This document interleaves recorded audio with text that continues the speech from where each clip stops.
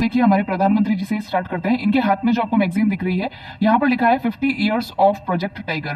Project tiger अगर आपको याद हो तो 1973 के अंदर बाघों को यानी टाइगर को संरक्षित करने के लिए इसको स्टार्ट किया गया था। और 1973 से अभी 2023 तक आप जानते हैं कि 50 साल पूरे हो गए हैं और काफी सक्सेसफुल ये प्रोजेक्ट रहा है।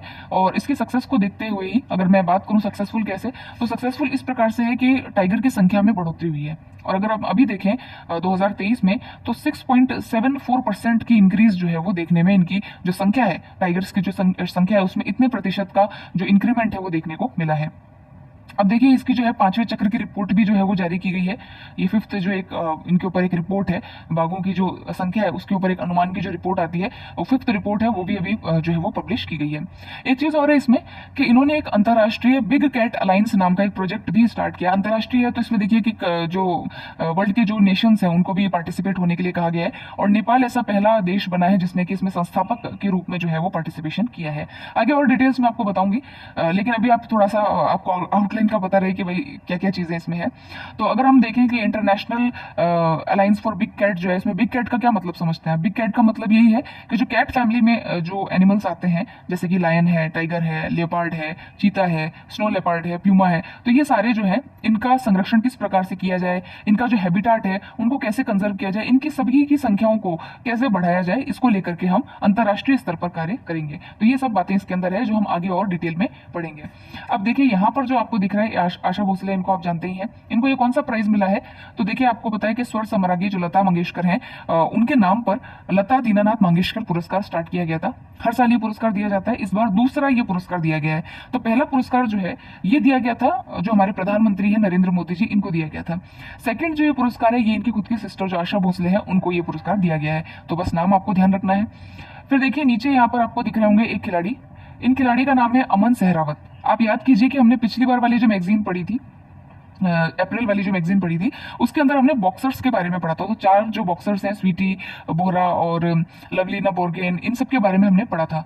तो वो तो था बॉक्सिंग। यहाँ पर है रेसलर, तो ये भी आप नाम ध्यान रखिएगा। तो रेसलिंग के अंदर अभी एशियन चैंपियनशिप हुई है कजाकिस्तान के अंदर, और उसके अंदर भारत को एकमात्र गोल्ड मेडल मिला है और वो भी अमन सहरावत ने जो है वहां पर जितवाया है। तो इनका नाम आप ध्यान रखिएगा कि आपसे पूछ लेंगे कि एशियन बॉक्सिंग चैंपियनशिप में पहला और एकमात्र स्वर्ण पदक जो है किस खिलाड़ी ने जिताया, तो आप उनका नाम आपको मैच करने के लिए पूछ लेंगे, या ये पूछ लेंगे अमन सहरावत निम्न में से किस खेल से संबंधित है, तो आपको पता होना चाहिए कि ये रेसलिंग से संबंधित है। फिर यहाँ पर देखिए कि एक जो आपको ये दिख रहा है प्रोफेसर टाइप्स, तो ये जो है इनको इनका नाम है, पूरा नाम तो थोड़ा बड़ा है लेकिन आप ये ध्यान रखिएगा, CR राव इनका नाम है, CR राव। और ये जो है एक स्टैटिस्टिक्स से संबंधित प्रोफेसर हैं जिनको हम कहते हैं सांख्यिकी विद हैं। और इनको जो है अभी अंतर्राष्ट्रीय सांख्यिकी विद का जो पुरस्कार है वो दिया गया है। तो इतना आपको ध्यान रखना है, पर्सन इन न्यूज के नाम पे कोई क्वेश्चन पूछ ले तो। फिर यहाँ पर देखिए कि आपको ये दिख रहा है, तो ये ब्यूटी पेजेंट ही आपको दिखाई दे रहा है।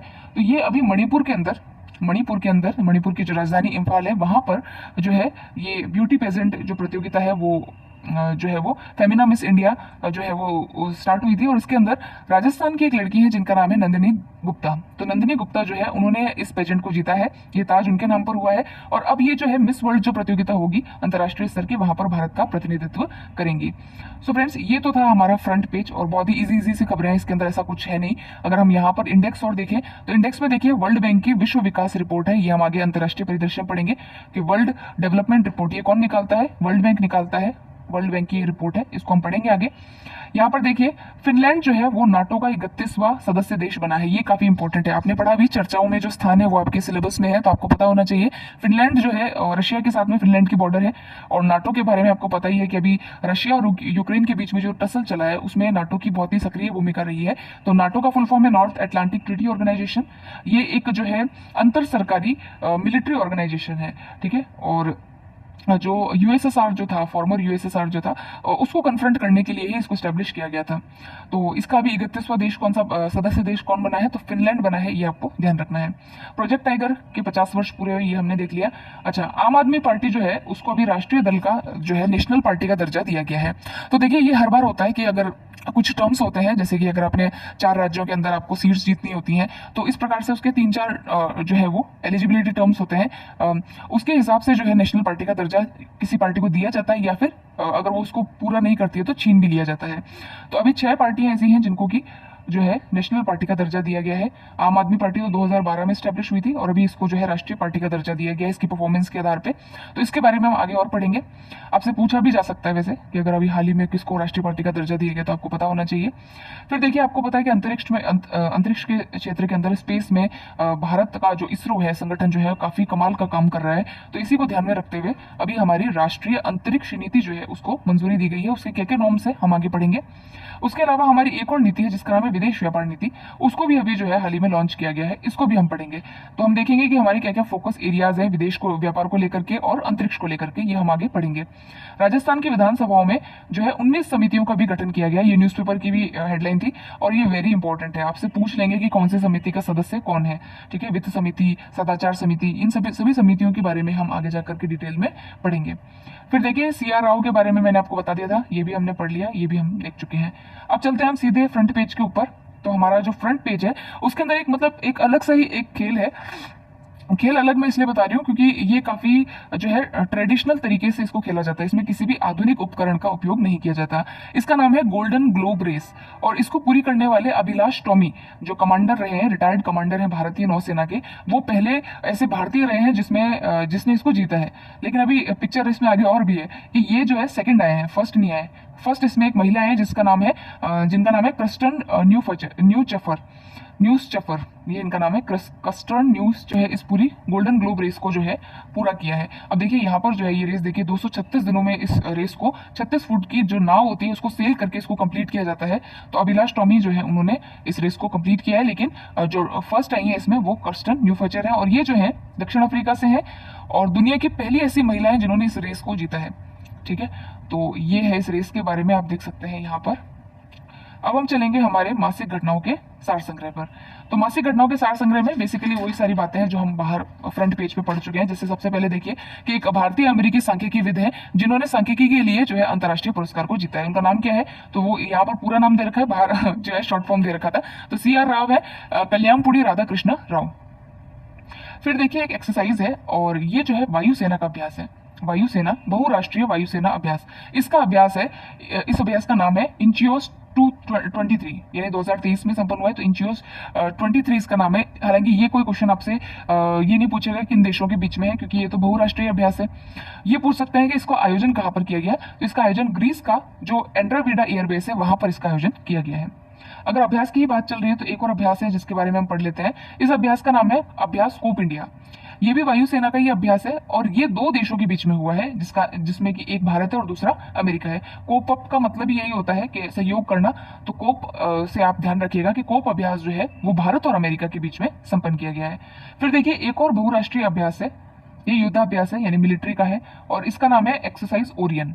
इसका आयोजन कहां पर हुआ, अभी हाल ही में अप्रैल मई के बीच में फ्रांस के अंदर जो वहां का मॉन्ट डे मार्सन एयरबेस है वहां पर इसका आयोजन किया गया है। तो 3 अभ्यास हमने पढ़े, एक्सरसाइज ओरियन, दूसरा था इंचियोस और तीसरा है हमारा अभ्यास कोप इंडिया।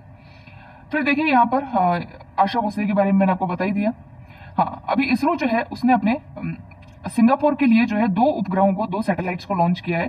अगर आपसे नाम पूछ ले कि टेलियोस 2 और ल्यूमिनाइट 4, ये जो है दोनों जो सैटेलाइट्स है वो किस देश के हैं जिसको कि इसरो ने प्रक्षेपित किया, तो सिंगापुर के हैं, ये ध्यान रखिएगा। फिर देखिए कि प्रधानमंत्री जी ने पहली किस वाटर मेट्रो को, मेट्रो तो है लेकिन कहाँ पे, पानी में चलने वाली वाटर मेट्रो को हरी झंडी दिखाई है।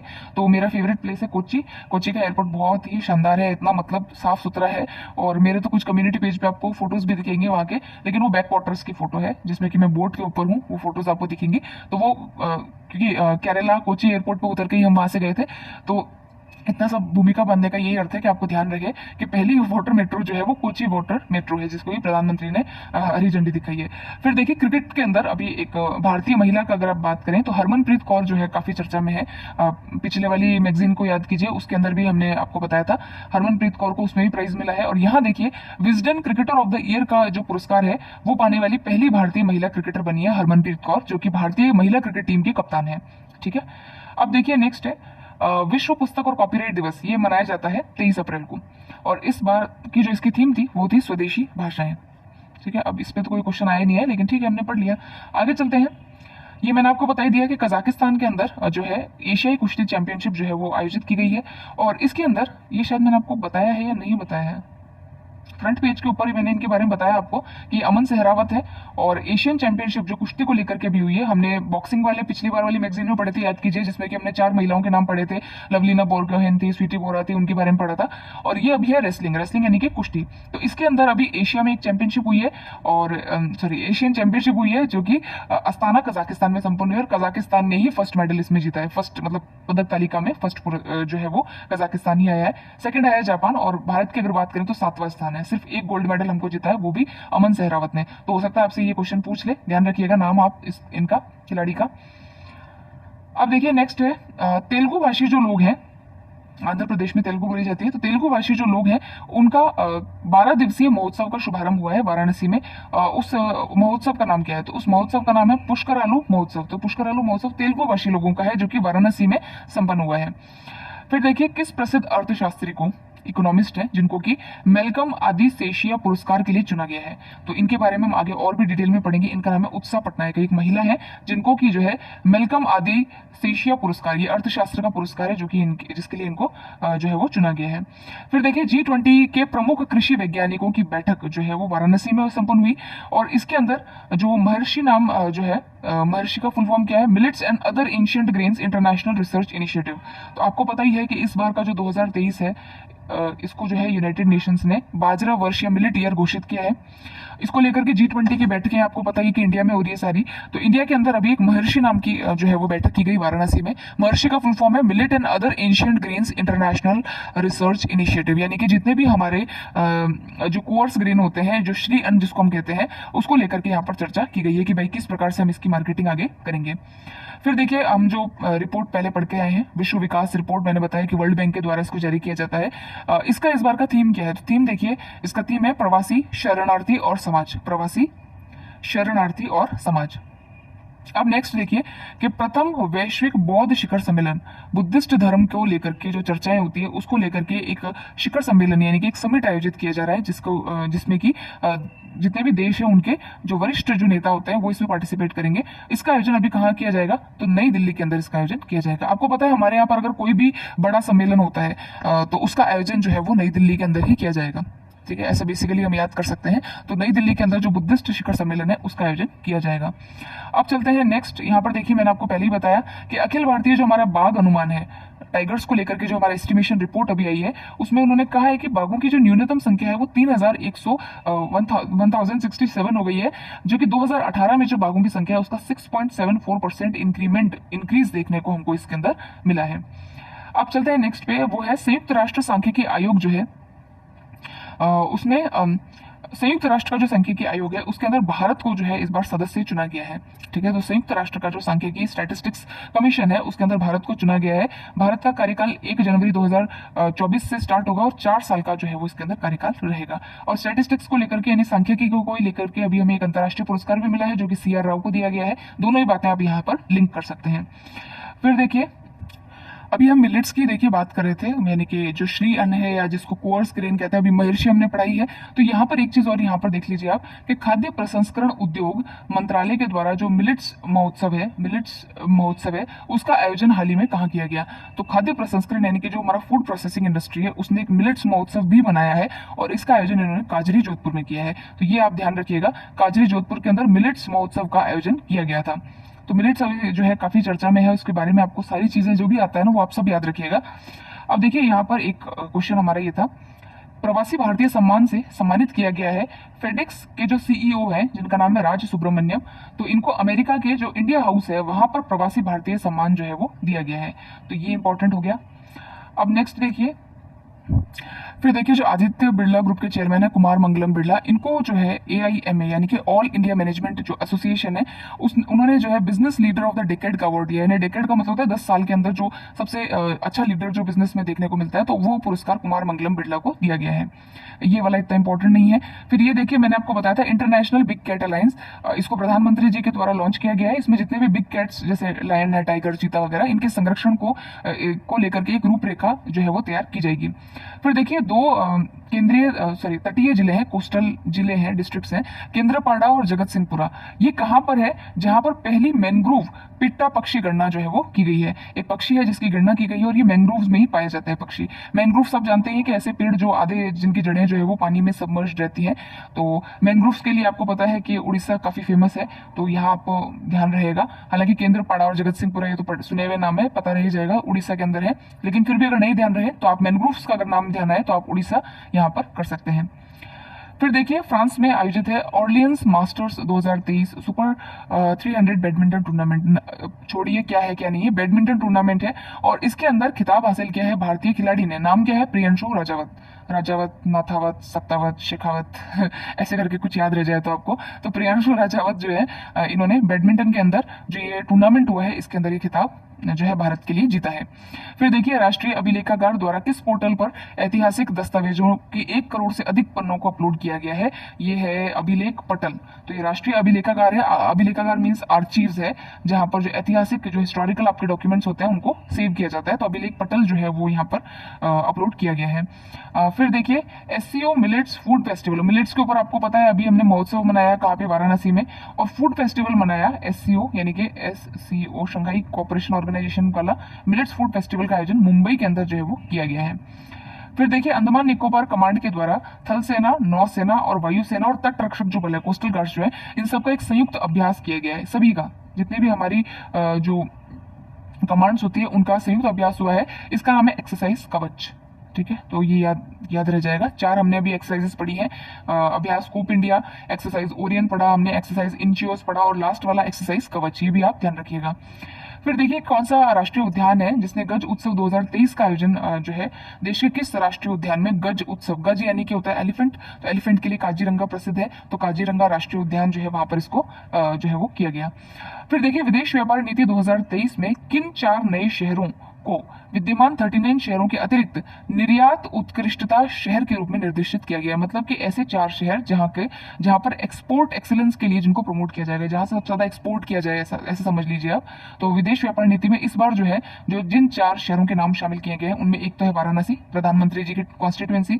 फिर बाकी के 3 ये भी यूपी से ही है, फरीदाबाद, मिर्जापुर और मुरादाबाद। ठीक है, तो इन चारों को जो है एक एक्सपोर्ट हब के रूप में जो है एक्सपोर्ट निर्यात उत्कृष्टता के जो शहर है उसके रूप में निर्देशित किया गया है। और अब तक कितने ऐसे शहर हैं? 39 तो ऑलरेडी हैं, 4 और को प्रमोट किया गया है। नाम ध्यान रखिएगा, फरीदाबाद, मिर्जापुर, मुरादाबाद और वाराणसी। सो फ्रेंड्स, ये क्या राजस्थान की बेटी को मिला वीरता पुरस्कार। तो ये भारतीय वायुसेना के अंदर विंग कमांडर है, इनका नाम है दीपिका मिश्रा। यहाँ पर आप फोटो देख सकते हैं, दीपिका मिश्रा। और इनका योगदान ये रहा कि अभी इन्होंने उत्तरी जो मध्य प्रदेश है वहां पर मानवीय सहायता और अचानक जो बाढ़ आई है उसके लिए जो है राहत अभियान इन्होंने स्टार्ट किया था और कई सारे बच्चों की जान जो है वो इन्होंने बचाई थी। तो इसी को लेकर के इनको गैलेंट्री अवार्ड जो है उससे सम्मानित किया गया है, यानी कि वायुसेना का जो वीरता पुरस्कार होता है, पदक जो होता है, उससे सम्मानित किया गया है। और ये गैलेंट्री अवार्ड पाने वाली ये पहली महिला है। कहाँ से संबंधित है? ये कोटा से संबंधित है। नाम ध्यान रखिएगा, दीपिका मिश्रा, वायुसेना की जो है वो कमांडेंट है। फिर देखिए दूसरी G20 W20 की जो बैठक है, यानी W20 का यहाँ पर क्या मतलब हुआ? G20 की बैठकें आपको पता ही है, भारत को इस बार मेजबानी है, तो कई क्षेत्रों से संबंधित एंटरप्रेन्योरशिप हुआ या फिर जो है मिलेट्स को लेकर के, वुमेन को लेकर के, सस्टेनेबल डेवलपमेंट को लेकर के कई सारे जो मीटिंग्स है वो संपन्न हो चुकी है। और इसी को लेकर के एक और मीटिंग है जिसका नाम है W20 यानी कि वुमेन 20। तो ये बैठक जो है अभी हाल ही में कहां पर संपन्न हुई? जयपुर के अंदर संपन्न हुई है। तो ये ध्यान रखिएगा कि G20 के अंतर्गत जो W20 की बैठक है इसका आयोजन कहां पर हुआ है? तो जयपुर के अंदर इसका आयोजन किया गया है। अब देखिए फ्रेंड्स, इससे संबंधित सारे फैक्ट्स आपको अच्छी तरीके से रट लेने हैं। G20 तो आप अच्छे से रट के जाइएगा, कुछ भी पूछ लेंगे कौन सी बैठक कहां पर हुई है तो ये आपको पता होना चाहिए। अब देखिए G20 की जो ये बैठक है ये दूसरी बैठक थी। तो पहली बैठक कहां पर आयोजित की गई? पहली बैठक भी इंडिया में, ऑफकोर्स इंडिया में ही होगी। तो ये जो आपका औरंगाबाद है, औरंगाबाद का जो संभाजी नगर है वहां पर जो है इसकी बैठक को आयोजित किया गया था। और दूसरी बैठक कहां पर हुई है? जयपुर के अंदर, अप्रैल में। और देखिए इसका जो इसमें जो अध्यक्ष है, इसकी जो अध्यक्षता है वो जिस महिला ने की उनका नाम भी ध्यान रखिएगा, डॉक्टर संध्या पुरेचा उनका नाम है। तो डॉक्टर संध्या का नाम आप ध्यान रखिएगा। और ये संभाजी नगर में पहली बैठक हुई थी, ये भी ध्यान रखिएगा। फिर देखिए कि इसके अंदर जो है विषय क्या था। विषय इसमें सेम वही बात कि महिलाओं के नेतृत्व में कैसे हम जो है समावेशी विकास, सतत विकास जो है वो भविष्य का निर्माण कर सकते हैं। फिर देखिए इसमें 18 देशों की 120 महिलाओं ने भाग लिया। ये कोई फैक्ट याद रखने वाला नहीं है, बस एक बताने वाली चीज है। लैंगिक समानता, आर्थिक सशक्तिकरण, आपको पता है वुमेन एम्पावरमेंट के ये कुछ मुद्दे हैं जिसमें कि आर्थिक सशक्तिकरण काफी ज्यादा जो है वो महत्वपूर्ण है। लैंगिक समानता, असमानताओं को कैसे दूर किया जाए, समानता को कैसे प्राप्त किया जाए, ये सब मुद्दे जो बेसिक बेसिक होते हैं वो सब इसमें इंक्लूडेड है। ध्यान क्या रखना है कि पहली मीटिंग जो है वो संभाजी नगर औरंगाबाद में हुई थी, दूसरी मीटिंग अभी जयपुर के अंदर आयोजित की गई है। फिर हम चलते हैं project great Indian bustard. Great Indian bustard आप जानते हैं गोडावन, जो कि हमारा राज्य पक्षी है। तो गोंडावन जो है उसका भी एक चूजे का जन्म हुआ है। आपको पता है गोंडावन की जो संख्या है वो काफी घटती जा रही है। तो इसके कुछ एक ही प्रोटेक्टेड एरियाज है राजस्थान और गुजरात के अंदर। अब देखते हैं इसमें क्या क्या नए अपडेट्स हैं। देखिए ये जो मैंने आपको अभी भी बताया कि यहाँ पर जो है प्रोजेक्ट ग्रेट इंडियन बस्टर्ड चलाया गया है। क्यों चलाया गया है? क्योंकि इसकी जो संख्या है उसमें अगर हम देखें 30 ईयर्स के अंदर, अभी 30 वर्षों के अंदर 75% की गिरावट देखने को मिली है। अगर आपको फर्स्ट वीडियो आपने पढ़ा हो तो उसमें मैंने आपको बताया कि टाइगर, प्रोजेक्ट टाइगर भी चलाया गया। तो प्रोजेक्ट टाइगर तो बहुत सफल प्रोजेक्ट रहा कि उसमें 6.74% की वृद्धि देखी गई। और अभी अगर हम गोडावन की बात करें, जो कि एक राज्य पक्षी है एक राज्य का, लेकिन यहाँ पर जो है इसमें प्रोजेक्ट चलाने के बावजूद जो है इसके अंदर 75% की कमी देखी गई है। दो जगह है जहां पर इसको सफलतापूर्वक जो है वो संरक्षित किया जा रहा है, जैसे कि एक तो डेजर्ट नेशनल पार्क जो कि जैसलमेर में है, आप जानते हैं। दूसरा है रामदेवरा आर्मी प्रोटेक्टेड एरिया। यहाँ पर ये काफी संख्या में पाए जाते हैं और यहाँ इनको प्रोटेक्शन किया जाता है। अभी चर्चा में ये इसलिए कि यहाँ पर जो है कृत्रिम गर्भाधान जो होता है उससे एक चूजे का निर्माण जो है वो किया गया है। जीन पूल की सहायता से जो है वो कृत्रिम गर्भाधान जो होता है उसकी सहायता से जो है एक चूजे का यहाँ पर जन्म करवाया गया है। तो ये था प्रोजेक्ट ग्रेट इंडियन बस्टर्ड। फिर हम चलते हैं नेक्स्ट पे। अब देखिए अगर आप यहाँ पर मानसरोवर चौपाटी गए होंगे तो वहां पर आपको जो राजस्थान आवासन मंडल है उसका फ्लैट्स वगैरह दिख जाएंगे। तो राजस्थान आवासन मंडल जो है जिसको RHB कहते हैं, तो इसको हाल ही में केंद्र सरकार की जो एक एजेंसी है जिसका नाम है national real estate development council. Real estate का मतलब भी आप जानते हैं जो प्रॉपर्टी से रिलेटेड होता है। तो रियल एस्टेट डेवलपमेंट काउंसिल जो है उसने पुरस्कार दिया है। और ये पहली बार नहीं है कि RHB को ये पुरस्कार मिला है, 15वीं बार है जो ऐसा राष्ट्रीय पुरस्कार दिया गया है। ऐसा क्यों? क्योंकि रेरा के अंदर यानी रियल एस्टेट जो रेगुलेटरी अथॉरिटी है उसके अंदर काफी सारे रजिस्टर्ड फ्लैट्स इन्होंने करवाए हैं। सबसे ज्यादा आवास का विक्रय किया है, मतलब बेचे हैं। रियल एस्टेट के क्षेत्र में बेहतरीन कार्य किया है राजस्थान आवासन मंडल ने, इसीलिए जो है राष्ट्रीय स्तर पर जो है इसको ये रियल एस्टेट का पुरस्कार दिया। तो रियल एस्टेट के क्षेत्र में कोई भी पुरस्कार पूछ ले तो आप ध्यान रखिएगा कि राजस्थान आवासन मंडल को पुरस्कार दिया गया है। नेक्स्ट हम चलते हैं द ग्रेट इंडियन ट्रेवल बाजार की तरफ। ये क्या है? तो ये एक एग्जीबिशन है और इसका आयोजन जो है आपको पता है सारी एग्जीबिशंस वगैरह बड़ी बड़ी जो लगती है वो हमारे जयपुर में ही होती हैं। तो यहाँ पर देखिए जो एग्जीबिशन एंड कन्वेंशन जो सेंटर है हमारा सीतापुरा का, वहां पर जो है इसका आयोजन किया गया है। तो ये था द ग्रेट इंडियन ट्रेवल बाजार। और इसमें क्या क्या चीजें हैं, बाकी की चीजें तो कोई इतनी इंपॉर्टेंट है नहीं कि भाई इतना ध्यान रखिएगा कि जयपुर के अंदर इस प्रकार का जो ट्रेवल बाजार है उसका आयोजन किया गया था। और इसमें inbound tourism in India unlocking the potential पर एक विस्तृत रिपोर्ट दी गई। फिक्की, भारत सरकार और राजस्थान का जो पर्यटन विभाग है उसके द्वारा इसको आयोजित किया गया था। तो इतना कोई खास है नहीं, आप इसको कट भी कर सकते हैं, पढ़ने की जरूरत नहीं है। नेक्स्ट चलिए, काफी इंपॉर्टेंट है, वेरी वेरी इंपॉर्टेंट है, राजीव गांधी शहरी और ग्रामीण ओलंपिक खेल। दोनों ही आपको पता होना चाहिए, दोनों के अंदर कौन कौन से खेल सम्मिलित है ये भी आपको पता होना चाहिए।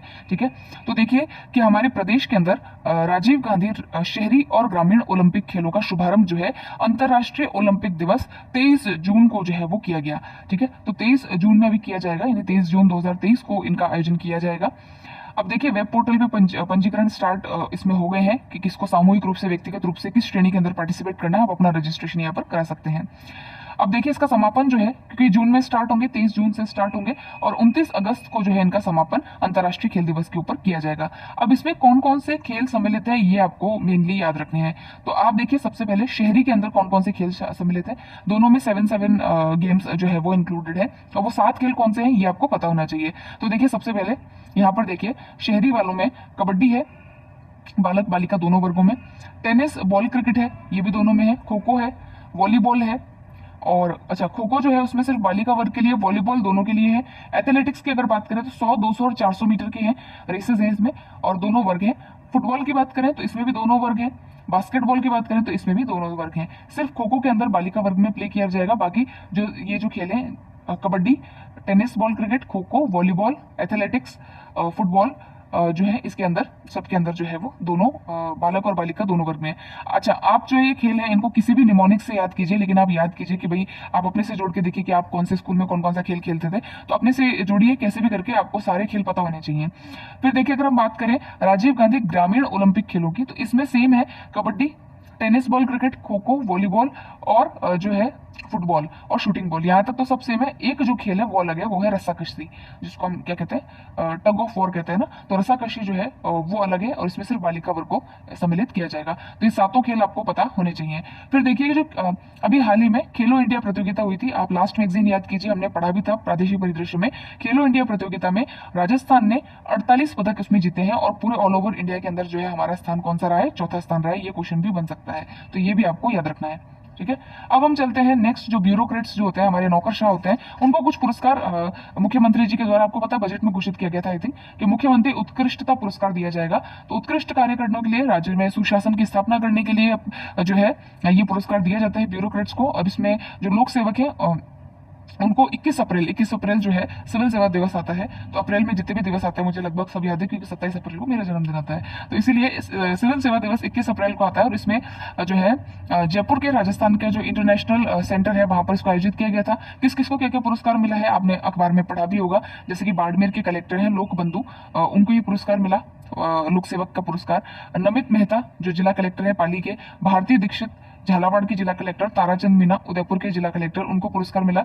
मुख्य सचिव है डॉक्टर नीतीश शर्मा, ठीक है, निदेशक प्रोग्राम मॉनिटरिंग, इनको मिला है। सुशील कुमार कुलहरी जो है आयोजन विभाग के संयुक्त शासन सचिव हैं, सेक्रेटरी हैं, उनको भी यह पुरस्कार दिया गया मुख्यमंत्री जी के द्वारा। तो ये लोक सेवक हैं जिनको की पुरस्कृत किया गया है। अब चलते हैं सबसे इंपॉर्टेंट, ये मान लीजिए आज की हाईलाइट यही है, राजस्थान की जो विधानसभा है उसके अंदर अगर आप देखें तो आपको पता हो कि विधानसभा में 22 समितियां होती हैं, 22 कमिटीज होती हैं। और उन 22 समितियों में 19 समितियों का गठन जो है वो भी किया गया है। इन 22 समितियों में से 4 समिति जो हमारी होती है वो वित्त समितियां होती है। 4 समितियां कौन सी समितियां होती है, वित्त समितियां होती है, फाइनेंस से रिलेटेड होती है। वो कौन कौन सी होती है, तो देखिए लोक उपक्रम समिति, लोक उपक्रम। फिर एक होती है प्राक्कलन समिति। प्राक्कलन समिति 2 प्रकार की होती है, प्राक्कलन समिति क और प्राक्कलन समिति ख। फिर होती है एक सार्वजनिक उपक्रम समिति, ठीक है। तो इस प्रकार से ये 4 समितियां जो है वो वित्त से संबंधित होती है। और टोटल अगर हम बात करें तो 22 समितियां जो है वो गठित की जाती है। और अभी 19 जो समितियां हैं, 19 जो समितियां हैं उनके अध्यक्ष जो होंगे उनकी घोषणा की गई है। अध्यक्ष की घोषणा कौन करता है, कौन अपॉइंट करता है, तो जो विधानसभा के अध्यक्ष होते हैं वो अपॉइंट करते हैं। और अभी अध्यक्ष कौन है, डॉक्टर सीपी जोशी है, उन्होंने इसको अपॉइंट किया है। अब सबके नाम आप अच्छे तरीके से याद कर लीजिएगा कि यहाँ पर देखिए पहले वित्त वाली देख लेते हैं। देखिए प्राक्कलन समिति और प्राक्कलन समिति क ये दोनों जो है वित्त से संबंधित है। और इसमें दोनों में एक तो है राजेंद्र पारिक और दूसरे में दयाराम परमार। तो राजेंद्र पारिक और दयाराम परमार जो है वो प्राक्कलन समिति से संबंधित है। फिर देखिए जन लेखा समिति, इसमें राजेंद्र राठौड़ इसके अध्यक्ष हैं। गोविंद सिंह डोटासरा को जो है राजकीय उपक्रम समिति का अध्यक्ष बनाया गया है। नियम समिति जो रूल से संबंधित समिति है उसके पदेन सभापति खुद डॉक्टर सीपी जोशी यानी कि जो सभापति है वो खुद होंगे। सदाचार या कोड ऑफ कंडक्ट वाली जो समिति है उसमें दीपेंद्र सिंह है। स्थानीय निकाय और पंचायती राज संस्थाओं से संबंधित जो है वो डॉक्टर राजकुमार शर्मा है। विशेषाधिकार या प्रिविलेज कमेटी जिसको हम कहेंगे जेपी चंदेलिया जो है उसके अध्यक्ष है। याचिका पिटीशन समिति अर्जुन लाल जिनगर जो है उनको बनाया गया है। सरकारी आश्वासनों संबंधी जो समिति है गुरमीत सिंह कुनर। पर्यावरण से संबंधित है जो मंजू देवी। पुस्तकालय समिति रामनारायण मीना। महिलाओं बालिकाओं के कल्याण से संबंधित अनीता बघेल। पिछड़े वर्ग के कल्याण समिति है जितेंद्र सिंह। अनुसूचित जनजाति की कल्याण समिति नगराज। अनुसूचित जाति कल्याण समिति है अशोक खंडार। और अल्पसंख्यकों के कल्याण समिति है अमीन खान। प्रश्न एवं संदर्भ समिति विनोद कुमार। और अधीनस्थ विधान संबंधी समिति है नरेंद्र बुडानिया। कैसे भी याद कीजिए, लेकिन सभी के जो अध्यक्ष हैं वो आप अच्छी तरीके से पढ़ के जाइएगा, हो सकता है कि इसमें से एक क्वेश्चन आपसे वहां पर बन जाए। फिर देखिए कि हमारे यहाँ पर जो राज्य में है श्री गुरु नानक देव सिख कल्याण बोर्ड जो है उसका गठन किया गया है। तो अभी 14 अप्रैल 2023 को इस प्रकार का जो कल्याण बोर्ड है, सिखों के जो समुदाय है उसमें सामाजिक आर्थिक सांस्कृतिक उनका उत्थान हो सके, तो एक अलग से ही बोर्ड बना दिया गया है। और इसका जो प्रशासनिक विभाग होगा वो किसके अंतर्गत आएगा, क्योंकि सिख समाज जो है एक अल्पसंख्यक समाज में आता है, तो अल्पसंख्यक मामलात विभाग जो है वो उसके अंडर में ये कार्य करेगा। इसमें जो भी अध्यक्ष उपाध्यक्ष बनाए जाएंगे उनका कार्यकाल 3 साल तक का रहेगा। और इसमें 7 सदस्य जो है वो अपॉइंट किए जाएंगे, मनोनयन किया जाएगा। एक अध्यक्ष होगा, एक उपाध्यक्ष और 5 जो है वो इसके सदस्य बनाए जाएंगे। अब चलते हैं नेक्स्ट जो है अंबेडकर जयंती पर जो है वो राज्य स्तरीय अंबेडकर जयंती आपको पता है 14 अप्रैल को आती है। तो यहाँ पर जो है राज्य स्तरीय पुरस्कार वितरित किए गए हैं, कई कई क्षेत्रों में पुरस्कार दिए गए हैं, जैसे कि आप देखें यहाँ पर। तो अंबेडकर सामाजिक सेवा पुरस्कार मानव सेवा ट्रस्ट को दिया गया है, और अंबेडकर महिला कल्याण पुरस्कार सुनीता छाबड़ा जो जयपुर से उनको दिया गया है। न्याय पुरस्कार एडवोकेट हरिलाल बैरवा को दिया गया। अंबेडकर शिक्षक पुरस्कार प्रतिभा राज ज्योत्सना, प्रतिभा बारवाड़, कई सारे नाम है, सबके नाम याद नहीं रखने हैं। अब मैं तो कहती हूँ उसका आप काट भी दीजिए, इतना कोई आपको याद रहेगा भी नहीं। तो इसलिए जहां पर वर्थ इट हो वहीं चीज़ों को पढ़ना मेरे हिसाब से श्रेष्ठ रहेगा। जैसे आप अगर इन समितियों के नाम याद रखेंगे तो आपके काम आएगा, क्योंकि इनमें से कोई क्वेश्चन आपसे पूछा जा सकता है। अब चलते हैं नेक्स्ट पे। अच्छा, एक चीज़ और है कि एलिमिनेशन मेथड आप हमेशा दिमाग में रखिए कि आप सारी चीज़ों को रटने की बजाय अगर आप कुछ एक चीज़ें याद कर लें, ठीक है, थोड़ा सा रिस्क तो है, लेकिन हाँ इंपॉर्टेंट नाम अगर आप ध्यान रख लें तो अदर को आप एलिमिनेट करके भी जो है वो सॉल्व कर सकते हैं। पढ़ने की टेक्निक से देखिए, अगर आप करंट अफेयर्स पढ़ते हैं, चाहे आप और भी कोई भी सब्जेक्ट पढ़ते हैं, अगर आपको कॉन्फिडेंस चाहिए तो रिवीजन के साथ साथ आप कुछ निमोनिक्स या कुछ आप एक ऐसा कहते हैं ना कि दिमाग में ऐसे बॉक्सेस बनाइए जहां पर आपको किसी ट्रिक से कोई चीज आपको याद रहे, ठीक है। फिर देखिए कि प्रधानमंत्री फसल बीमा योजना, ये तो आप जानते हैं प्रधानमंत्री फसल बीमा योजना के बारे में। तो इसका जो इम्प्लीमेंटेशन है, इसका जो क्रियान्वयन है, ये हमने बहुत अच्छे से किया है, बहुत अच्छे से हमने क्लेम वितरित किए हैं, लंबित जो भी प्रकरण है उनको बहुत अच्छे से सुलझाया है। तो इसीलिए अभी जो इसकी समीक्षा के लिए रायपुर जो छत्तीसगढ़ है वहां पर एक पूरा सेमिनार हुआ था, और वहां पर राजस्थान को इसमें 2 पुरस्कार भी दिए गए हैं। तो दोनों पुरस्कार क्लेम वितरण में और जो लंबित प्रकरण है उनको सुलझाने में दिए गए हैं, तो उत्कृष्ट रहा है इसमें। फिर देखिए नेक्स्ट हमारा जो अजमेर डिस्कॉम है, उसको पूरे देश के अंदर जो बिजली चोरी के विरुद्ध जो अभियान है या 100% जो राजस्व वसूली है, उसके लिए जो है पूरे देश में 19वां स्थान जो है वो प्राप्त हुआ है, ठीक है। तो ये भी हमारे लिए इंपॉर्टेंट है। तो 8 स्थानों की छलांग लगा करके जो है इस बार इसको सी ग्रेडिंग दी गई। पहले सी ग्रेडिंग थे, अभी बी ग्रेडिंग सुधर करके आया है, और इसको 19वां जो है वो रैंकिंग दिया गया है। जयपुर डिस्कॉम भी देखिए बहुत पीछे है, अजमेर डिस्कॉम से जयपुर डिस्कॉम बहुत पीछे है, 29वां नंबर है। तो आपसे पूछ ले कि कौन सा डिस्कॉम है, तो आप जयपुर ही लगाएंगे, ठीक, क्योंकि जयपुर ज्यादा एडवांस है, लेकिन ऐसा नहीं है। इसमें अजमेर डिस्कॉम जो है उसको देश में 19वें स्थान पर जो है वो विद्युत वितरण विभाग लिमिटेड के द्वारा रखा गया है। फिर आप देखिए कि एक योजना है पीएम श्री योजना। क्या नाम है योजना का? पीएम श्री योजना। पीएम श्री का क्या सीधा सीधा सा मतलब है?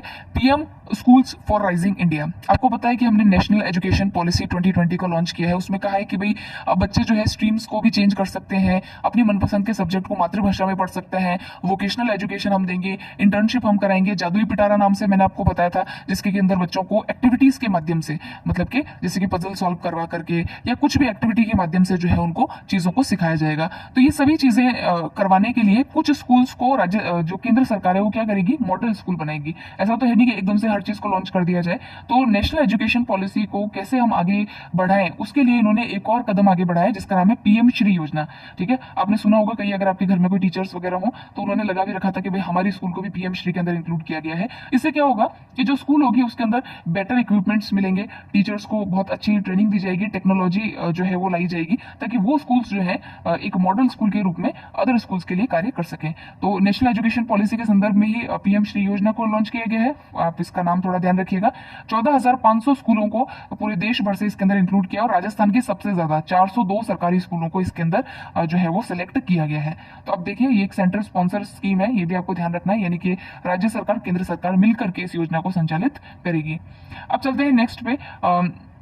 राजस्व आसूचना एवं आर्थिक अपराध निदेशालय का के गठन को भी मंजूरी दी गई है। तो हमारी जो राज्य सरकार है, प्रधानमंत्री जी हैं, सॉरी मुख्यमंत्री जी हैं, उन्होंने जो है राजस्व आसूचना और आर्थिक अपराध जितने भी हमारे जो है इकोनॉमिक ऑफेंसेस होते हैं उसको सॉल्व करने के लिए एक अलग से विभाग का गठन किया है, जिसका नाम है आर्थिक अपराध की नियंत्रण अनुसंधान जांच व अभियोजन के लिए डायरेक्टोरेट जो है उसकी स्थापना की है। इसका जो नोडल विभाग होगा वो है प्रशासनिक स्तर पर जो है वो वित्त राजस्व विभाग होगा। मतलब ये जो वित्त विभाग है उसके अंडर में जो ये डायरेक्टोरेट है वो कार्य करेगा। तो ये भी हमको ध्यान रखना है। अब चलते हैं नेक्स्ट न्यूज पे। ये है हमारी प्रधानमंत्री आदि आदर्श ग्राम योजना। आदि आदर्श का मतलब क्या है कि ऐसे गांव जो काफी प्रिमिटिव है, पुराने हैं। पुराने का कैसे समझाऊं कि पुराने मतलब कि जहां पर जनजातीय जो लोग हैं वो ज्यादा रहते हैं, उनकी पॉपुलेशन ज्यादा है, तो उनको मेन स्ट्रीम में कैसे लेकर के आए हम, उनको मुख्य धारा से कैसे जोड़ें। तो उसके लिए एक योजना केंद्र सरकार की योजना है जिसका नाम है प्रधानमंत्री आदि आदर्श ग्राम योजना। तो अब देखिए ये जो योजना थी इसका जो है इसकी एक समीक्षा की गई, एक रिव्यू किया। हमारी जो सचिव हैं उषा शर्मा जी, उन्होंने इसका एक रिव्यू किया और उन्होंने कहा कि योजना का उद्देश्य है कि 5 सालों की अवधि में जो 4302 गांवों का हम विकास करेंगे और इसके अंदर कुछ जो हमारे जिले हैं उनको सिलेक्ट किया, जैसे कि करौली है, बारां है, सिरोही है, बूंदी, झालावाड़, कोटा, धौलपुर, टोंक, जालोर, अजमेर, जैसलमेर, यहाँ के जो गाँव हैं 709 गांव हैं उनको इन्होंने चिन्हित किया है और जो जनजातीय मामलात के जो मंत्रालय है वहां पर सौंपा भी है और कहा है कि यहाँ पर जो है जो प्राथमिक क्षेत्र हैं जैसे कि पेयजल है, स्वास्थ्य है, शिक्षा है, आजीविका है, सड़क है, इन सब में हम कार्य करेंगे और इनको जो है समाज के मुख्य धारा के साथ में जोड़ने का कार्य किया जाएगा। तो ध्यान रखिएगा, आदि आदर्श ग्राम योजना जो है किससे संबंधित है इतना आपको पता रहे तो काम चल जाएगा। ये संबंधित है आपकी जो प्रिमिटिव ट्राइब्स जो रहती है, यहाँ पर जो जनजातियां रहती है, आदिम जो जनजातियां रहती है, उनको किस प्रकार से मुख्य धारा से जोड़ा जाए उसके लिए ये योजना लाई गई है। फिर देखिए राजस्थान SDG यानी sustainable development goals status report. तो ये रिपोर्ट क्या है इसको हम देख लेते हैं। अब देखिए ये जो राजस्थान SDG स्टेटस रिपोर्ट है, यानी कि जो SDG गोल्स है हमारे सतत विकास के जो लक्ष्य है उसमें हम किस प्रकार से कार्य कर रहे हैं, किस प्रकार से उसका क्रियान्वयन किया जा रहा है, उसको लेकर के एक रिपोर्ट है और देखा जा रहा है कि राज्य के अंदर सबसे अच्छा परफॉर्म किसने किया है। तो अगर हम बात करें किस जिले ने सबसे अच्छा परफॉर्म किया है तो यहाँ नाम आप देख सकते हैं। तो फर्स्ट इसके अंदर सीकर है और दूसरे स्थान पर हमारे यहाँ पर झुंझुनू है। तो ध्यान रखिएगा कि अगर SDG गोल्स की बात की जाए तो हमारे यहाँ पर सीकर और झुंझुनू जो है वो उन्होंने शीर्षस्थ यहाँ पर जिले हैं। बस ये इतनी सी बात आपको इसमें ध्यान रखनी है। फिर चलते हैं राजस्थान न्यूज इन शॉर्ट में, देखते हैं इसमें क्या क्या इंपॉर्टेंट है। तो देखिए यहाँ पर पहला जो है, अब ये देखिए ये न्यूज को इतनी विशेष नहीं है कि जयपुर में इंक्यूबेशन सुविधा का उद्घाटन किया है।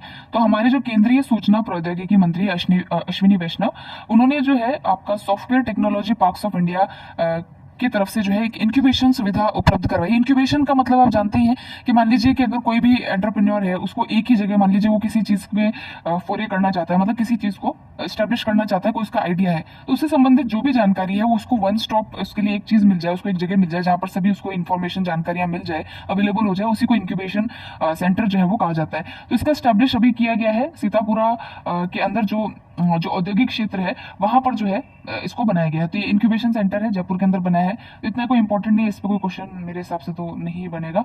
फिर देखिए मिलेट महोत्सव, ये हम पहले पढ़ चुके हैं। तो जोधपुर का जो काजरी है वहां पर अभी मिलेट महोत्सव जो है उसको संपन्न किया गया, उसका आयोजन किया गया था। और मिलेट्स महोत्सव, मिलेट आप जानते हैं जो मोटे अनाज है उससे संबंधित काफी ज्यादा अभी चर्चा है और श्री अन्न इसको कहा गया है बजट के अंदर, ये भी आपको ध्यान रखना है।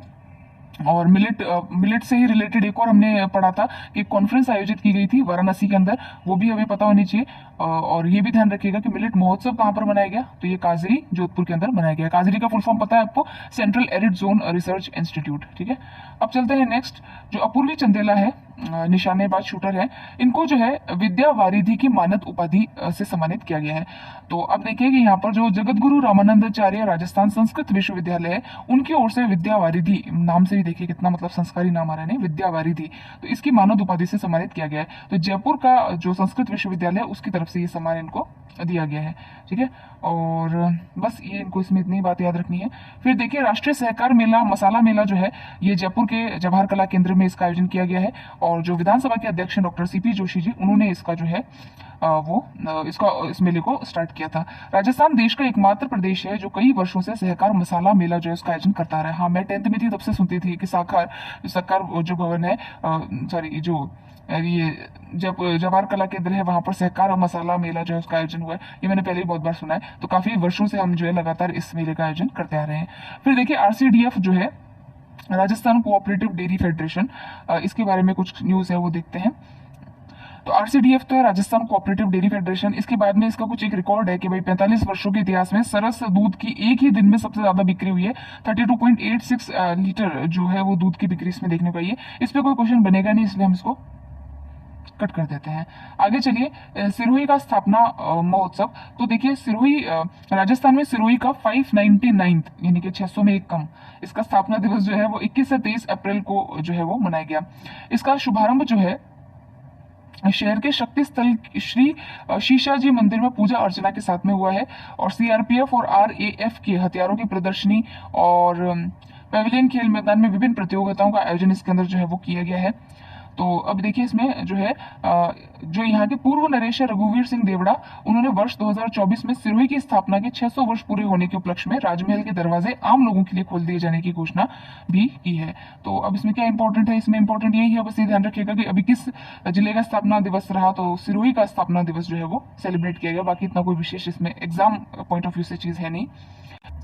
अब देखिए कि आपको पता है कि जो हमारी स्टेट गवर्नमेंट है, उन्होंने 24 अप्रैल से 30 जून के बीच में महंगाई राहत जो कैंप है उनका आयोजन किया है पूरे प्रदेश में।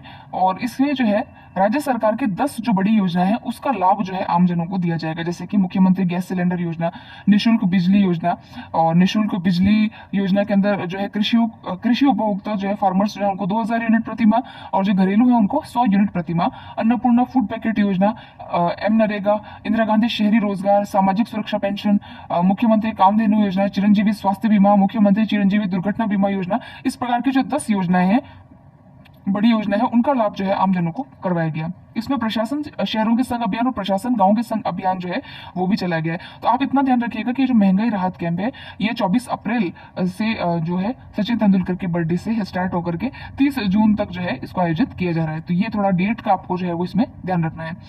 अब चलते हैं आगे। आगे है हमारा राष्ट्रीय आरोग्य मेला। तो ये जो आरोग्य मेला है इसको भी जयपुर में आयोजित किया गया है, और ये जो है आयुष राज्य मंत्री जो है हमारे राजस्थान के डॉक्टर सुभाष गर्ग, उनके द्वारा जो है इसको जेईसीसी जो कॉलेज है वहां पर इसको स्टार्ट किया गया। तो ये मेला हो गया।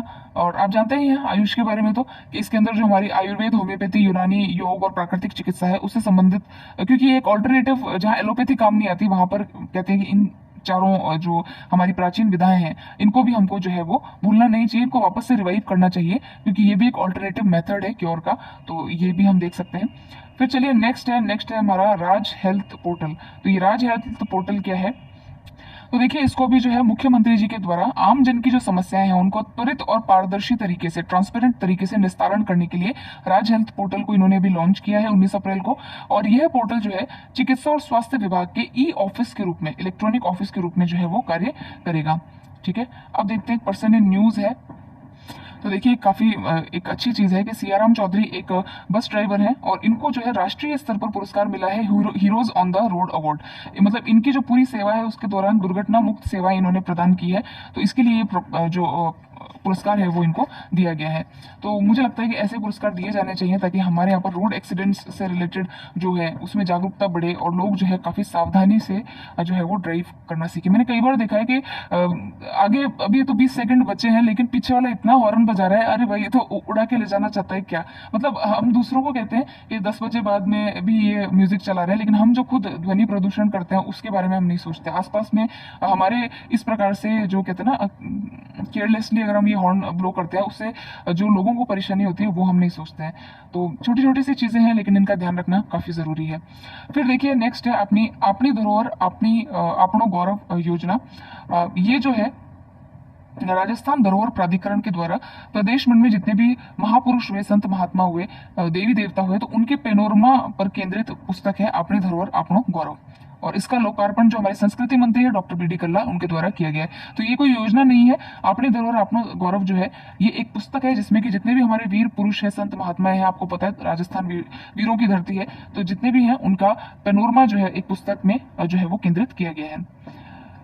फिर नेक्स्ट देखिए, नेक्स्ट है हमारा राजस्थान वानिकी एवं जैव विविधता विकास परियोजना। यानी कि वानिकी आप समझ रहे हैं फॉरेस्ट्री, जैव विविधता बायोडाइवर्सिटी, इसका डेवलपमेंट करना है। और इसका डेवलपमेंट अकेले नहीं करेंगे हम, फ्रांस की जो डेवलपमेंट एजेंसी है वो हमारी मदद करेगी। उसने ऐसे बोला है कि भाई 8 सालों के अंदर आप 13 जिले सेलेक्ट कर लो, हम 70% जो फंडिंग है वो आपको देंगे और आप अपने बढ़िया पेड़ लगाओ फर्स्ट क्लास एकदम, ठीक है, ट्री गार्ड वगैरह सब हम देंगे, लेकिन आपको तो जो है वो ग्रीनरी डेवलप करनी है। तो आप ये ध्यान रखिएगा कि राजस्थान वानिकी और जैव विविधता विकास परियोजना जो है वो 2 देशों के बीच में, एक भारत और दूसरा जो है हमारा फ्रांस, राजस्थान, और दूसरा है हमारा फ्रांस की जो डेवलपमेंट एजेंसी है, उन दोनों के मध्य में करार है। और 8 सालों के अंदर 13 जिलों के अंदर इसको डेवलप किया जाएगा और 70% जो राशि है वो हमें फंडेड होगी और 30% राज्य सरकार के द्वारा वहन की जाएगी। इसके अंदर जो जिले हैं तो जयपुर तो सबसे पहले आएगा, उसके बाद में जयपुर के आसपास के देख लीजिए, टोंक है, भीलवाड़ा है, बूंदी है, दौसा है, झालावाड़, करौली, सवाई माधोपुर, बारां, अलवर, तो ये सारे जो जिले हैं वो इसके अंदर सम्मिलित किए गए हैं। नेक्स्ट आर्टिकल पे चलते हैं। अजमेर और दिल्ली कैंट के मध्य में वंदे भारत एक्सप्रेस ट्रेन जो है उसको स्टार्ट किया गया है। तो इसके बारे में तो आप लोगों ने पढ़ा ही होगा न्यूज़पेपर में। तो अजमेर और दिल्ली जो कैंट है, तो अब देखिए ये जो है प्रधानमंत्री जी के द्वारा वीडियो कॉन्फ्रेंसिंग के माध्यम से इसको स्टार्ट किया गया था। तो ये जो ट्रेन है ये जयपुर से दिल्ली कैंट है, अजमेर लिखा है वहाँ पे, तो जयपुर से जो दिल्ली है उसके बीच का रास्ता जो है वो काफी फास्ट हो जाएगा अब। और ये जो ट्रेन है इसमें अलवर है, गुड़गांव है, ये इसके कुछ स्टॉप्स हैं, और दिल्ली तक जो है ये वंदे भारत ट्रेन जाएगी। और ये राजस्थान के लिए पहली वंदे भारत एक्सप्रेस ट्रेन है, ये हमें ध्यान रखना है। तो इसका हमें जो है वो रूट पता होना चाहिए। तो जयपुर से दिल्ली कैंट तक का इसका रूट है। अब कुछ योजनाएं हैं, ये तो उत्तर प्रदेश की योजना है।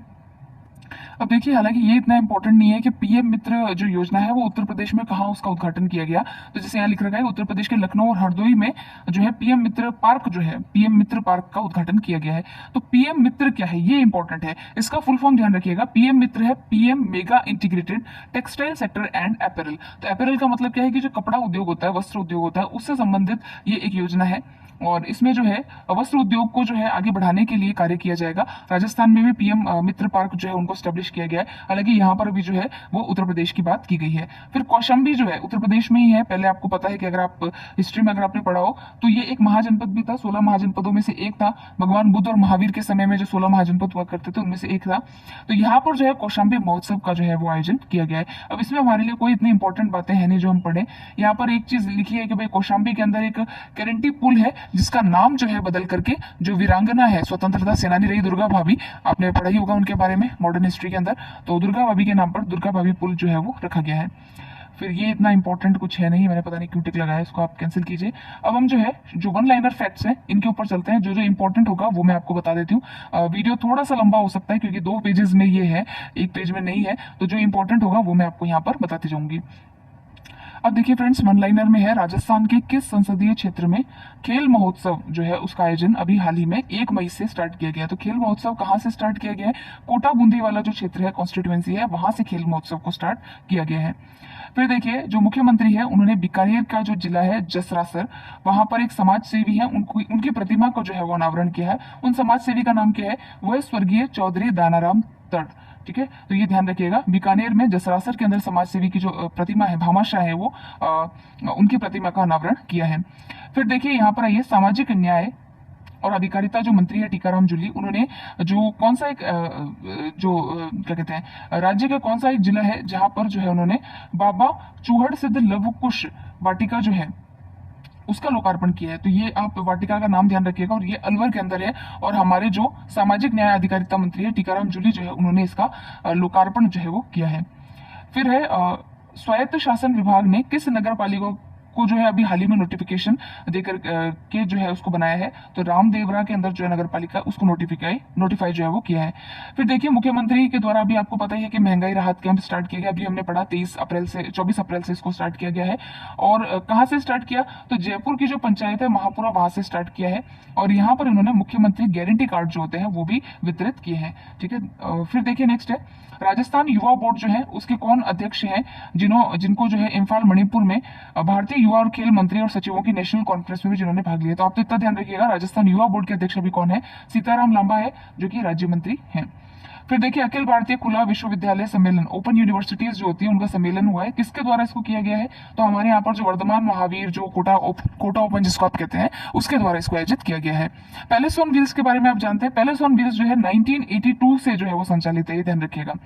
फिर नेक्स्ट देखिए कि जो हमारा जो स्ट्रीट वेंडर्स हैं, जो हमारे हाट विक्रेता हैं, जो अनऑर्गेनाइज सेक्टर के जो कार्य करने वाले हैं, उनके लिए एक योजना आई थी जिसका नाम था इंदिरा गांधी शहरी क्रेडिट कार्ड योजना। 50,000 तक का लोन जो है इसके अंदर कोलेक्टर फ्री लोन दिया जाता था। इस योजना को आगे बढ़ाया जा रहा है कि इसको मार्च 2024 तक जो है वो फर्दर जो है उस योजना को चलाया जाएगा। फिर ये जॉब फेयर वाली तो इतना कोई है नहीं। विश्व में देखिए ब्रह्मा जी का पहला मंदिर पुष्कर में है, दूसरा जो मंदिर है उसको असोतरा पाली के अंदर उसकी प्राण प्रतिष्ठा की जाएगी, और इसके प्राण प्रतिष्ठा की गई है। इसके जो प्राण प्रतिष्ठा करने वाले संत है केताराम जी, इनके 112वीं वार्षिक आध्यात्मिक शताब्दी महासफर पर किस ग्रंथ का विमोचन किया है? तो दिव्य संत श्री केतेश्वर का इतिहास, इसका विमोचन जो है वो चीफ मिनिस्टर साहब के द्वारा किया गया है। तो ये भी ध्यान रखिएगा, और इस मंदिर का भी पता रखिएगा कि आसोतरा पाली के अंदर जो है ब्रह्मा जी का दूसरा मंदिर है। फिर देखिए Rajiv Gandhi youth excellence centre या यूथ हॉस्टल जो है राजीव गांधी यूथ हॉस्टल, ये कहां पर है? तो जयपुर में। इस प्रकार की कोई भी आधुनिक चीज हो तो आप थोड़ा सा सोच समझ के देख लीजिएगा, तो जयपुर में ही आपको मिलेंगी। फिर देखिए मत्स्य विकास, मत्स्य मछली पालन जो आप जानते हैं, तो मत्स्य पालन मंत्री आपके लालचंद कटारिया हैं, तो इनके विकास के लिए एक पोर्टल लॉन्च किया गया है। उस पोर्टल का नाम भी इसके नाम पे ही है, राज मत्स्य योजना पोर्टल। तो इस पे ऐसे ऐसे क्वेश्चन जो आपको देखते ही समझ में आते हैं, उस पर कोई क्वेश्चन मेरे हिसाब से तो आएगा नहीं एग्जाम में, तो इसको भी आप कट कर सकते हैं। फिर देखिए चिकित्सा विभाग के किस ऑर्गेनाइजेशन ने अंगदान के क्षेत्र में स्कॉच गोल्ड पुरस्कार जो है उससे सम्मानित किया है? तो चिकित्सा विभाग का state organ and tissue transplant organisation, SOTTO जिसका नाम है, उसको इसके अंदर गोल्डन स्कॉच अवार्ड जो है उससे सम्मानित किया गया है। राजस्थान का जो हमारा डिजिटल जो विभाग है उसको भी इससे सम्मानित किया गया है, सॉरी डिजिटल क्षेत्र में कार्य करने के लिए सम्मानित किया जा चुका है पहले। फिर देखिए स्थानीय प्रशासन ने पंचायती राज विभाग के कार्यों को ई फाइल के जरिए पेपरलेस करने की योजना लागू की है। तो कौन सा जिला ऐसा है जिसने की जो पेपर वर्क होता है उसको ई फाइलिंग की है? तो श्री गंगानगर है जिसने की यह कार्य किया है। फिर देखिए एक उप तहसील है, कौन से जिले की उप तहसील है? नाम देखिए भांडारोज इसका नाम है, और इसको तहसील के अंदर क्रमोन्नत किया गया है, और 3 नई उप तहसीलें जो है वो इसमें स्थापित की गई हैं। तो ये कहाँ पर है? तो ये दौसा के अंदर है, तो ये ध्यान रखिएगा। फिर देखिए उदयपुर जो झीलों की नगरी है, यहाँ पर झीलों के पानी का मॉनिटरिंग करना, उनकी जांच के लिए उपकरण स्थापित किए हैं। तो 3 झीलों को यहाँ पर सिलेक्ट किया है, पिछोला, फतेह सागर और उदय सागर।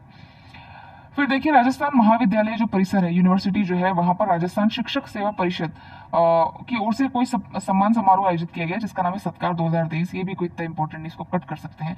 ये भी इंपॉर्टेंट नहीं क्योंकि ये भी नहीं पूछेंगे वो कौन कौन सी झीलें हैं उसमें, क्योंकि बहुत ही सरल सवाल हो जाएगा ये।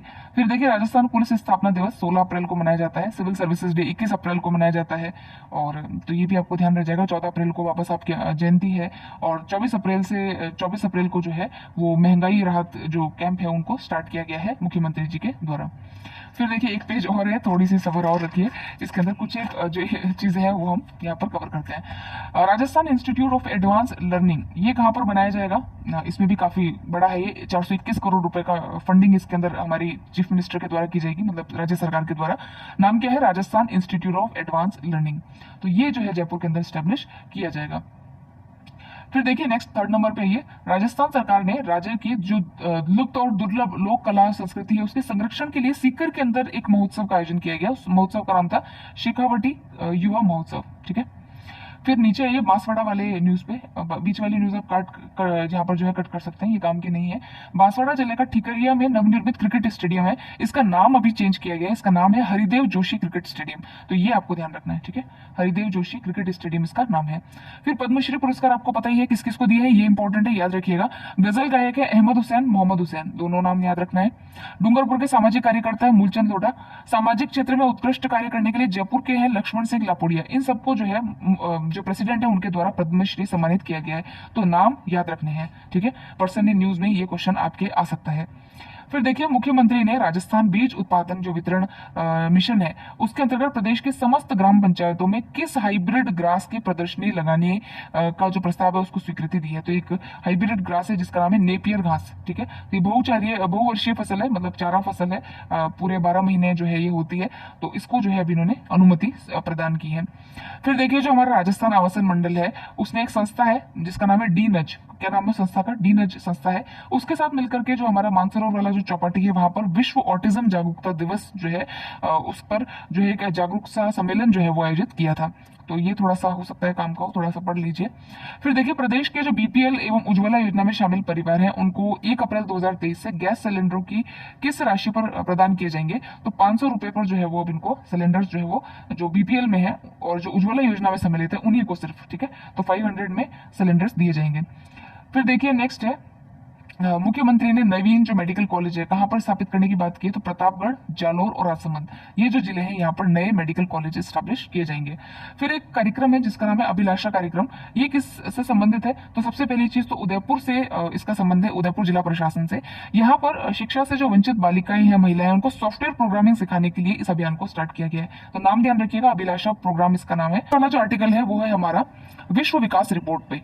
ये जो विश्व विकास रिपोर्ट है इसको वर्ल्ड बैंक के द्वारा जारी किया गया है और इसके अंदर जितने भी प्रवासी होते हैं, प्रवासी का मतलब है कि जो काम के चक्कर में या किसी भी और पर्पज से अपना हैबिचुअल जो रेजिडेंस है जहां वो सामान्यतः निवास करते हैं उस देश को छोड़ करके दूसरे देश में गए हैं, यानी कि दूसरे देश के वो निवासी तो नहीं है, नागरिक तो नहीं है, लेकिन कार्य के लिए या किसी और पर्पज से वो वहां पर रह रहे हैं, तो उनको प्रवासी हम बोलते हैं। तो अब देखिए सबसे पहली बात मैं आपको एक क्लियर कर दूं कि जितनी भी बड़ी रिपोर्ट्स होती है, बड़ी संस्थाओं की रिपोर्ट्स होती है, जैसे IMF है, सीपरी की रिपोर्ट है, वर्ल्ड बैंक की रिपोर्ट है, ये रिपोर्ट्स आपको बहुत अच्छे से कवर करनी है। इनके बारे में तो आपको पता होना चाहिए। आपसे पूछ लेगा आईएमएफ के द्वारा इनमें से कौन सी रिपोर्ट रिलीज की जाती है, वर्ल्ड बैंक के द्वारा कौन सी रिलीज की जाती है, ये क्वेश्चन बनते भी हैं और ये आपको आने चाहिए। तो ऐसी अगर कोई चीज हो तो आप रिपोर्ट को पहले अच्छे से देखें कि वर्ल्ड, यहाँ पर लिखा है वर्ल्ड डेवलपमेंट रिपोर्ट या विश्व विकास रिपोर्ट किसके द्वारा है, वर्ल्ड बैंक के द्वारा। अब अंदर जो है इसमें काफी सारी डिटेलिंग है, वो इतना अपने को नहीं पढ़ना है क्योंकि उसमें इतनी सारी चीजें पूछी नहीं जाएंगी। तो मैं आपको इसमें जो इसका आउटलाइन है वो बता देती हूँ।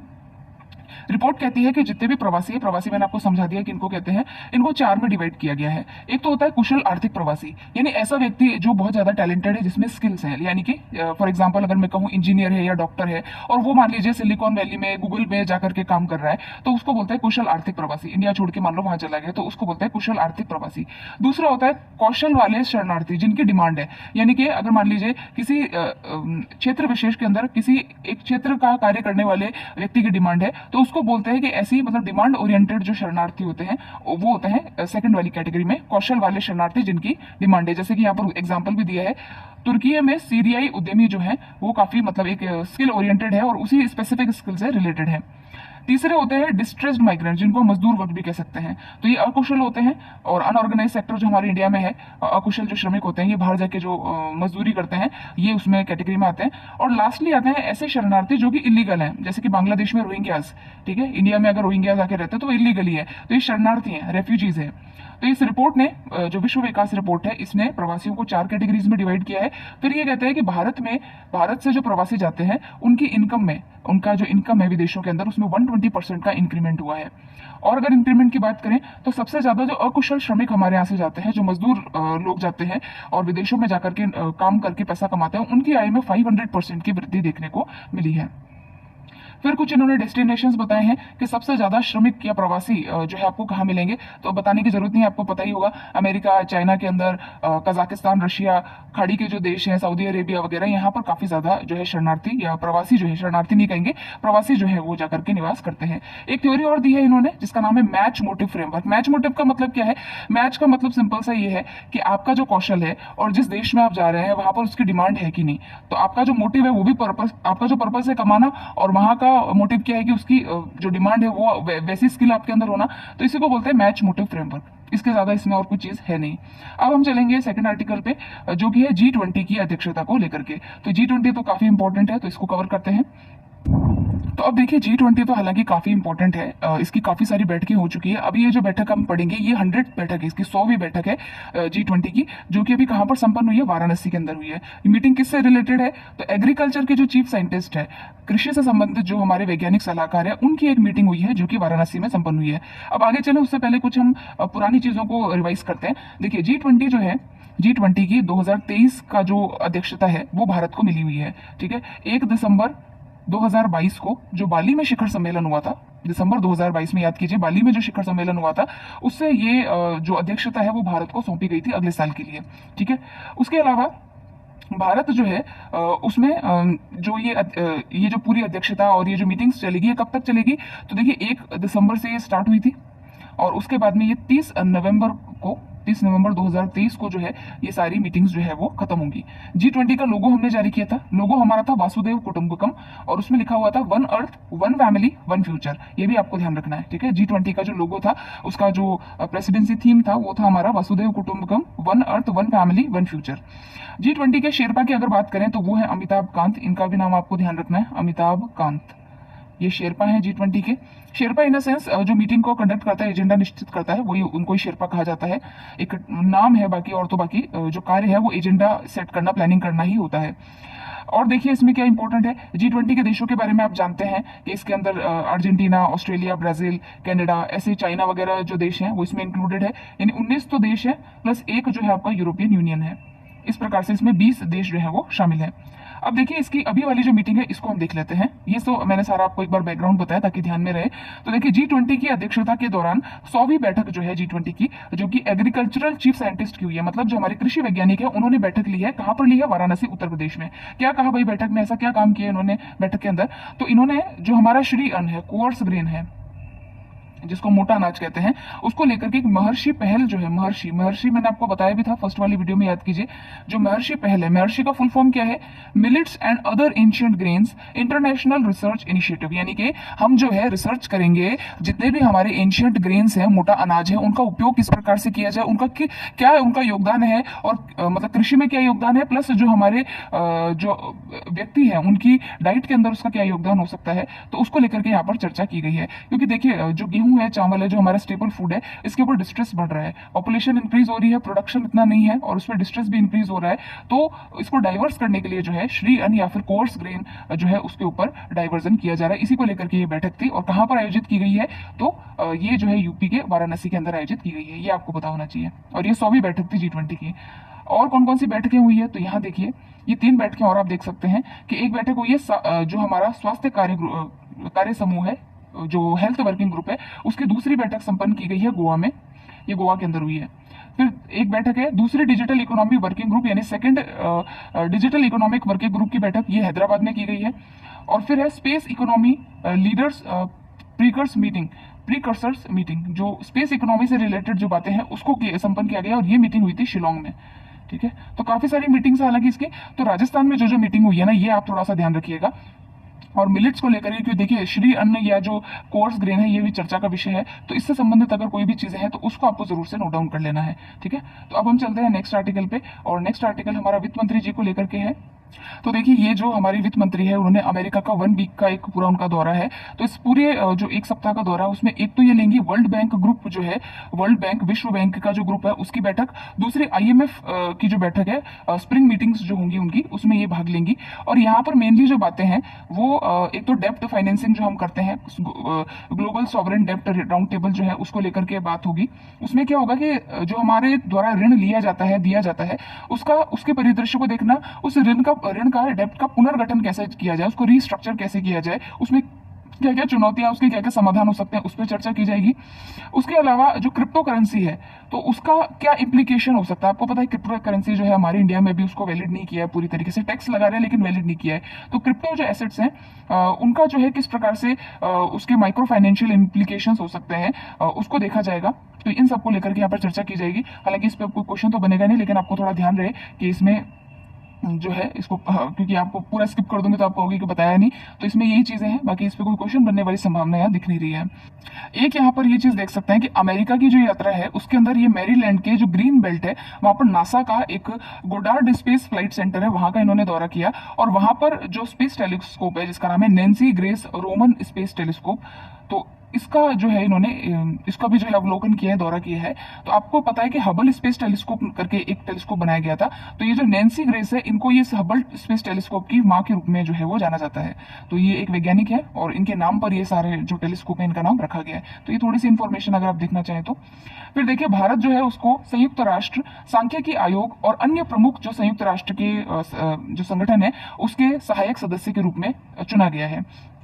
तो देखिए अन्यों के अंदर कौन कौन से आयोग हैं, तो 3 आयोगों के अंदर भारत सदस्य बना है। तो ये संयुक्त राष्ट्र के आयोग हैं, सबसे पहले तो ये पता रहे। तो हम पहला तो पढ़ ही चुके थे कि यूएन स्टैटिस्टिकल कमीशन है जिसके अंदर भारत सदस्य के रूप में चुना गया है। अगर आपने मेरा फर्स्ट वीडियो देखा हो तो उसमें भारत जो है 1 जनवरी 2024 से जो है भारत की सदस्यता जो है वो स्टार्ट होगी यहाँ पर, और 4 वर्ष का इसका कार्यकाल उसके अंदर सदस्य के रूप में रहेगा। दूसरा अगर हम देखें तो दूसरा भारत जो है मादक पदार्थ रोकथाम आयोग जो है उसका सदस्य बना है। और तीसरा संयुक्त राष्ट्र HIV जो एड्स कार्यक्रम है उसका जो समन्वय बोर्ड है उसका सदस्य भारत बना है। तो ये जो 3 बोर्ड है इसका भारत जो है वो सदस्य बना है। यहाँ पर ये इन सभी के बारे में लिखा है, और जो देश सदस्य बने वो आपको नहीं पढ़ने हैं क्योंकि इतना ना तो याद रहेगा। तो आप जो है मेन ध्यान रखिएगा, commission on narcotics drugs, UN programme on HIV AIDS and UNAIDS, इसके ये जो 3 प्रोग्राम्स है इसके अंदर भारत जो है वो सदस्य के रूप में नामित किया गया है। अब देखिए नेक्स्ट आर्टिकल है, फिनलैंड जो है नाटो का 31वां देश बना है। नाटो का फुल फॉर्म आपको पता है, North Atlantic Treaty Organisation. After Second World War जो है नाटो अस्तित्व में आया था 1949 के अंदर, और ये एक तरीके से USSR को कन्फ्रंट करने के लिए इसको बनाया गया था। तो ये अंतर सरकारी मिलिट्री ऑर्गेनाइजेशन है, ठीक है, ये ध्यान रखिएगा। इसमें एक देश पर जो हमला है वो सभी पे माना जाता है, तो इसीलिए इसके सदस्य देशों की संख्या 31 है यहाँ पर, और अमेरिका इसका प्रतिनिधित्व करता है। अब देखिए इसमें अभी नया सदस्य कौन सा है, फिनलैंड है। और आपको पता है कि आपके एग्जाम में पूछा जाएगा चर्चित स्थान कौन से हैं, संस्थाएं कौन सी है, तो संस्था भी है स्थान भी है, तो दोनों के नाम आपको ध्यान रखने हैं। अब देखिए फिनलैंड जो है उसकी रशिया से 1340 किलोमीटर की बाउंड्री जो है वो टच करती है, ये भी आपको ज्योग्राफिकली पता होना चाहिए। फिर यहाँ देखिए नाटो के बारे में कुछ दे रखा है कि इसमें शुरू में जो संस्थापक सदस्य थे वो 12 थे इसके, जैसे Belgium, Canada, Denmark, France, Iceland, Italy, Luxembourg, संयुक्त राज्य America, United Kingdom, Netherlands, Norway, Portugal, ये सब इसके जो है वो संस्थापक सदस्य थे। भारत इसका सदस्य नहीं है, ध्यान रखिएगा, कहीं पूछ ले आपसे और आप टिक लगा दें, ऐसा नहीं है, तो भारत इसका सदस्य देश नहीं है। तो ये हो गए नाटो देश। इसके अंदर बेसिकली जो अमेरिकन और जो यूरोपियन कंट्रीज है वही इसके सदस्य हैं। फिर हम चलते हैं नेक्स्ट आर्टिकल पे। इटली में अंग्रेजी के इस्तेमाल पर प्रतिबंध हेतु एक कानून लाया गया है। तो वैसे तो मेरा अंदर का भारतीय बड़ा ही गर्व महसूस कर रहा है, लेकिन मैं कह नहीं सकती इस चीज को कि इटली के अंदर जो है अंग्रेजी के इस्तेमाल पर प्रतिबंध लगाया। प्रतिबंध भी देखिए ऐसा है कि अगर कोई बोलता है तो उसके ऊपर 1 लाख यूरो तक का जुर्माना जो है वो लगाया जाएगा।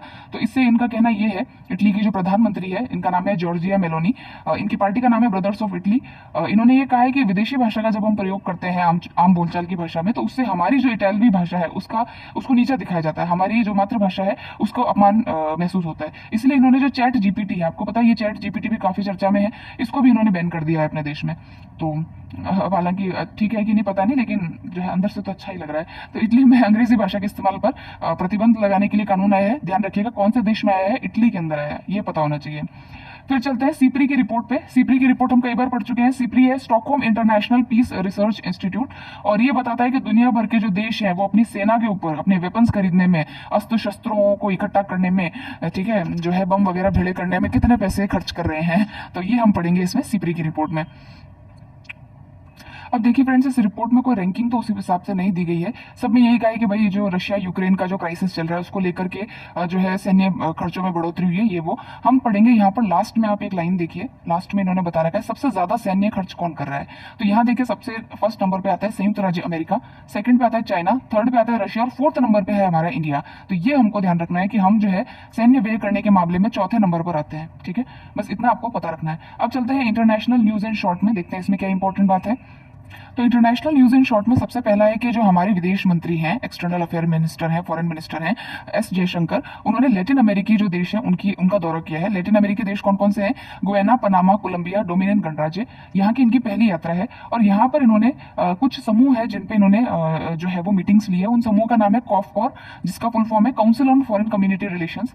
दूसरा है कैरिकॉम यानी कैरिबियन कम्युनिटी, सिका यानी कि ये तो बहुत उसका नाम हो गया, central American integration system in English. तो ये जो इसका लैटिन नेम है ये नहीं पढ़िए, यहाँ पर देखिए इसको central American integration system in English. तो इन समूहों की बैठक में इन्होंने यहाँ पर भाग लिया है। तो इतना तो नहीं पूछा जाएगा, लेकिन हाँ इतना पता रहे कि लैटिन अमेरिकी देश में जो है ये मुख्यतः देश आते हैं। फिर देखिए G20 के अंतर्गत ही यूथ 20 की बैठक का आयोजन किया गया, और जो हमारा जो नवनिर्मित यूटी है, केंद्र शासित प्रदेश है लेह, वहां पर जो है इसका आयोजन किया गया। तो ये इंपॉर्टेंट हो जाता है, लेह के अंदर जो है G20 का जो Y20 यानी यूथ 20 की बैठक है उसका आयोजन किया गया। यहाँ पर जो है आइस स्कल्पचर बनाए गए, और जो कांगसिंग टीम है उसने इस आइस स्कल्पचर को वहां पर बनाया है। और इस जो Y20 है इसका मुख्य जो मकसद है वो यही है कि जो हमारे युवा है उनको फ्यूचर की जो लीडरशिप है उसके लिए कैसे तैयार किया जाए, तो उसके लिए जो है इस मीटिंग को बुलाया गया। फिर नेक्स्ट हम चलते हैं नेपाल में मंत्रिमंडल का विस्तार, इसमें क्या है। तो हालांकि नेपाल के अंदर तो अभी हमने पिछली बार वाली मैगजीन में पढ़ा था कि नए जो प्रधानमंत्री है वहां के पुष्प कमल दहल प्रचंड हैं, और राष्ट्रपति के रूप में जो है रामचंद्र पौंडेल जो है उनकी नियुक्ति की गई थी। और इन्होंने अब अपना जो कैबिनेट है उसको इंक्रीज किया है, तो 8वीं बार इन्होंने कैबिनेट का विस्तार किया है। अब पता नहीं क्यों हाईलाइट करके यहाँ दे रखा है, नारायण प्रसाद सऊद जो है वो विदेश मंत्री का पदभार इनको दिया गया है। तो अब ये हालांकि हमारे लिए इतना इंपॉर्टेंट है नहीं। आगे चलते हैं, ये है बूजी ब्रिज। ये बूजी ब्रिज कहाँ का है इसके बारे में देख लेते हैं। तो देखिए जो बूजी ब्रिज है ये इसलिए इंपॉर्टेंट है क्योंकि भारत की सहायता से इसको बनाया गया है। कहां पर बनाया गया? अफ्रीकन देश है मोजाम्बिक, वहां पर इसको बनाया गया है। और हमारे जो विदेश मंत्री है उन्होंने इसका वर्चुअली उद्घाटन भी किया था। तो ध्यान रखिएगा बूजी ब्रिज जो है मोजाम्बिक में है और भारत की सहायता से इसको बनाया गया है। नेक्स्ट देखते हैं।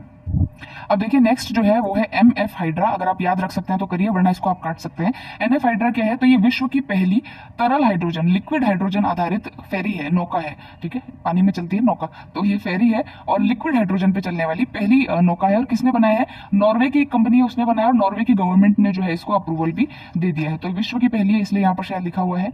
अब हम वन लाइनर्स देख लेते हैं, इसमें जो इंपॉर्टेंट होगा वही मैं आपको यहाँ पर बताऊंगी। अब देखिए फ्रेंड्स, वन लाइनर के अंदर सबसे पहले यहाँ पर देखिए टीकाकरण से संबंधित, वैक्सीनेशन से संबंधित एक जो है पहल है, एक इनिशिएटिव है जिसका नाम है द बिग कैच अप। तो आपसे पूछ ले कि द बिग कैच अप पहल हाल ही में चर्चा में थी, किससे संबंधित है? तो टीकाकरण को बढ़ावा देने, वैक्सीनेशन को बढ़ावा देने के संदर्भ में इसको लॉन्च किया गया है। लॉन्च करने वाली बहुत बड़ी बड़ी संस्थाएं, जो नामी गिरामी संस्थाएं, उनमें उनका नाम है इसमें। जैसे कि आप देखेंगे तो यहाँ पर WHO का नाम है, UNICEF, Gavi, the vaccine alliance, Gavi एक वैक्सीन अलायंस है, आप जानते ही हैं गावी के बारे में। उसके अलावा यहाँ देखिए bill and Melinda Gates foundation. तो ये सब जो है, इन सब संस्थाओं ने मिलकर के जो है टीकाकरण को बढ़ाने के लिए एक इनिशिएटिव लॉन्च किया है। नाम क्या है इसका? The big catch up. अब देखिए नेक्स्ट वाला जो है, सेकंड नंबर पढ़िए, जो है एक रिपोर्ट आई है जिसका नाम है global food policy report. Global food policy report, वैश्विक खाद्य नीति रिपोर्ट। इसको किसने जारी किया है? तो अब आप लिख देंगे WHO ने जारी किया है, वर्ल्ड फूड ऑर्गेनाइजेशन, ऐसा नहीं है। इसको जारी किया है IFPRI ने, ठीक है। तो IFPRI जो है international food policy research institute है, जिसका फिलीपींस मनीला जो है, फिलीपींस की राजधानी मनीला में जो है इसका हेडक्वार्टर है। तो IFPRI ने जो है इसको लॉन्च किया है।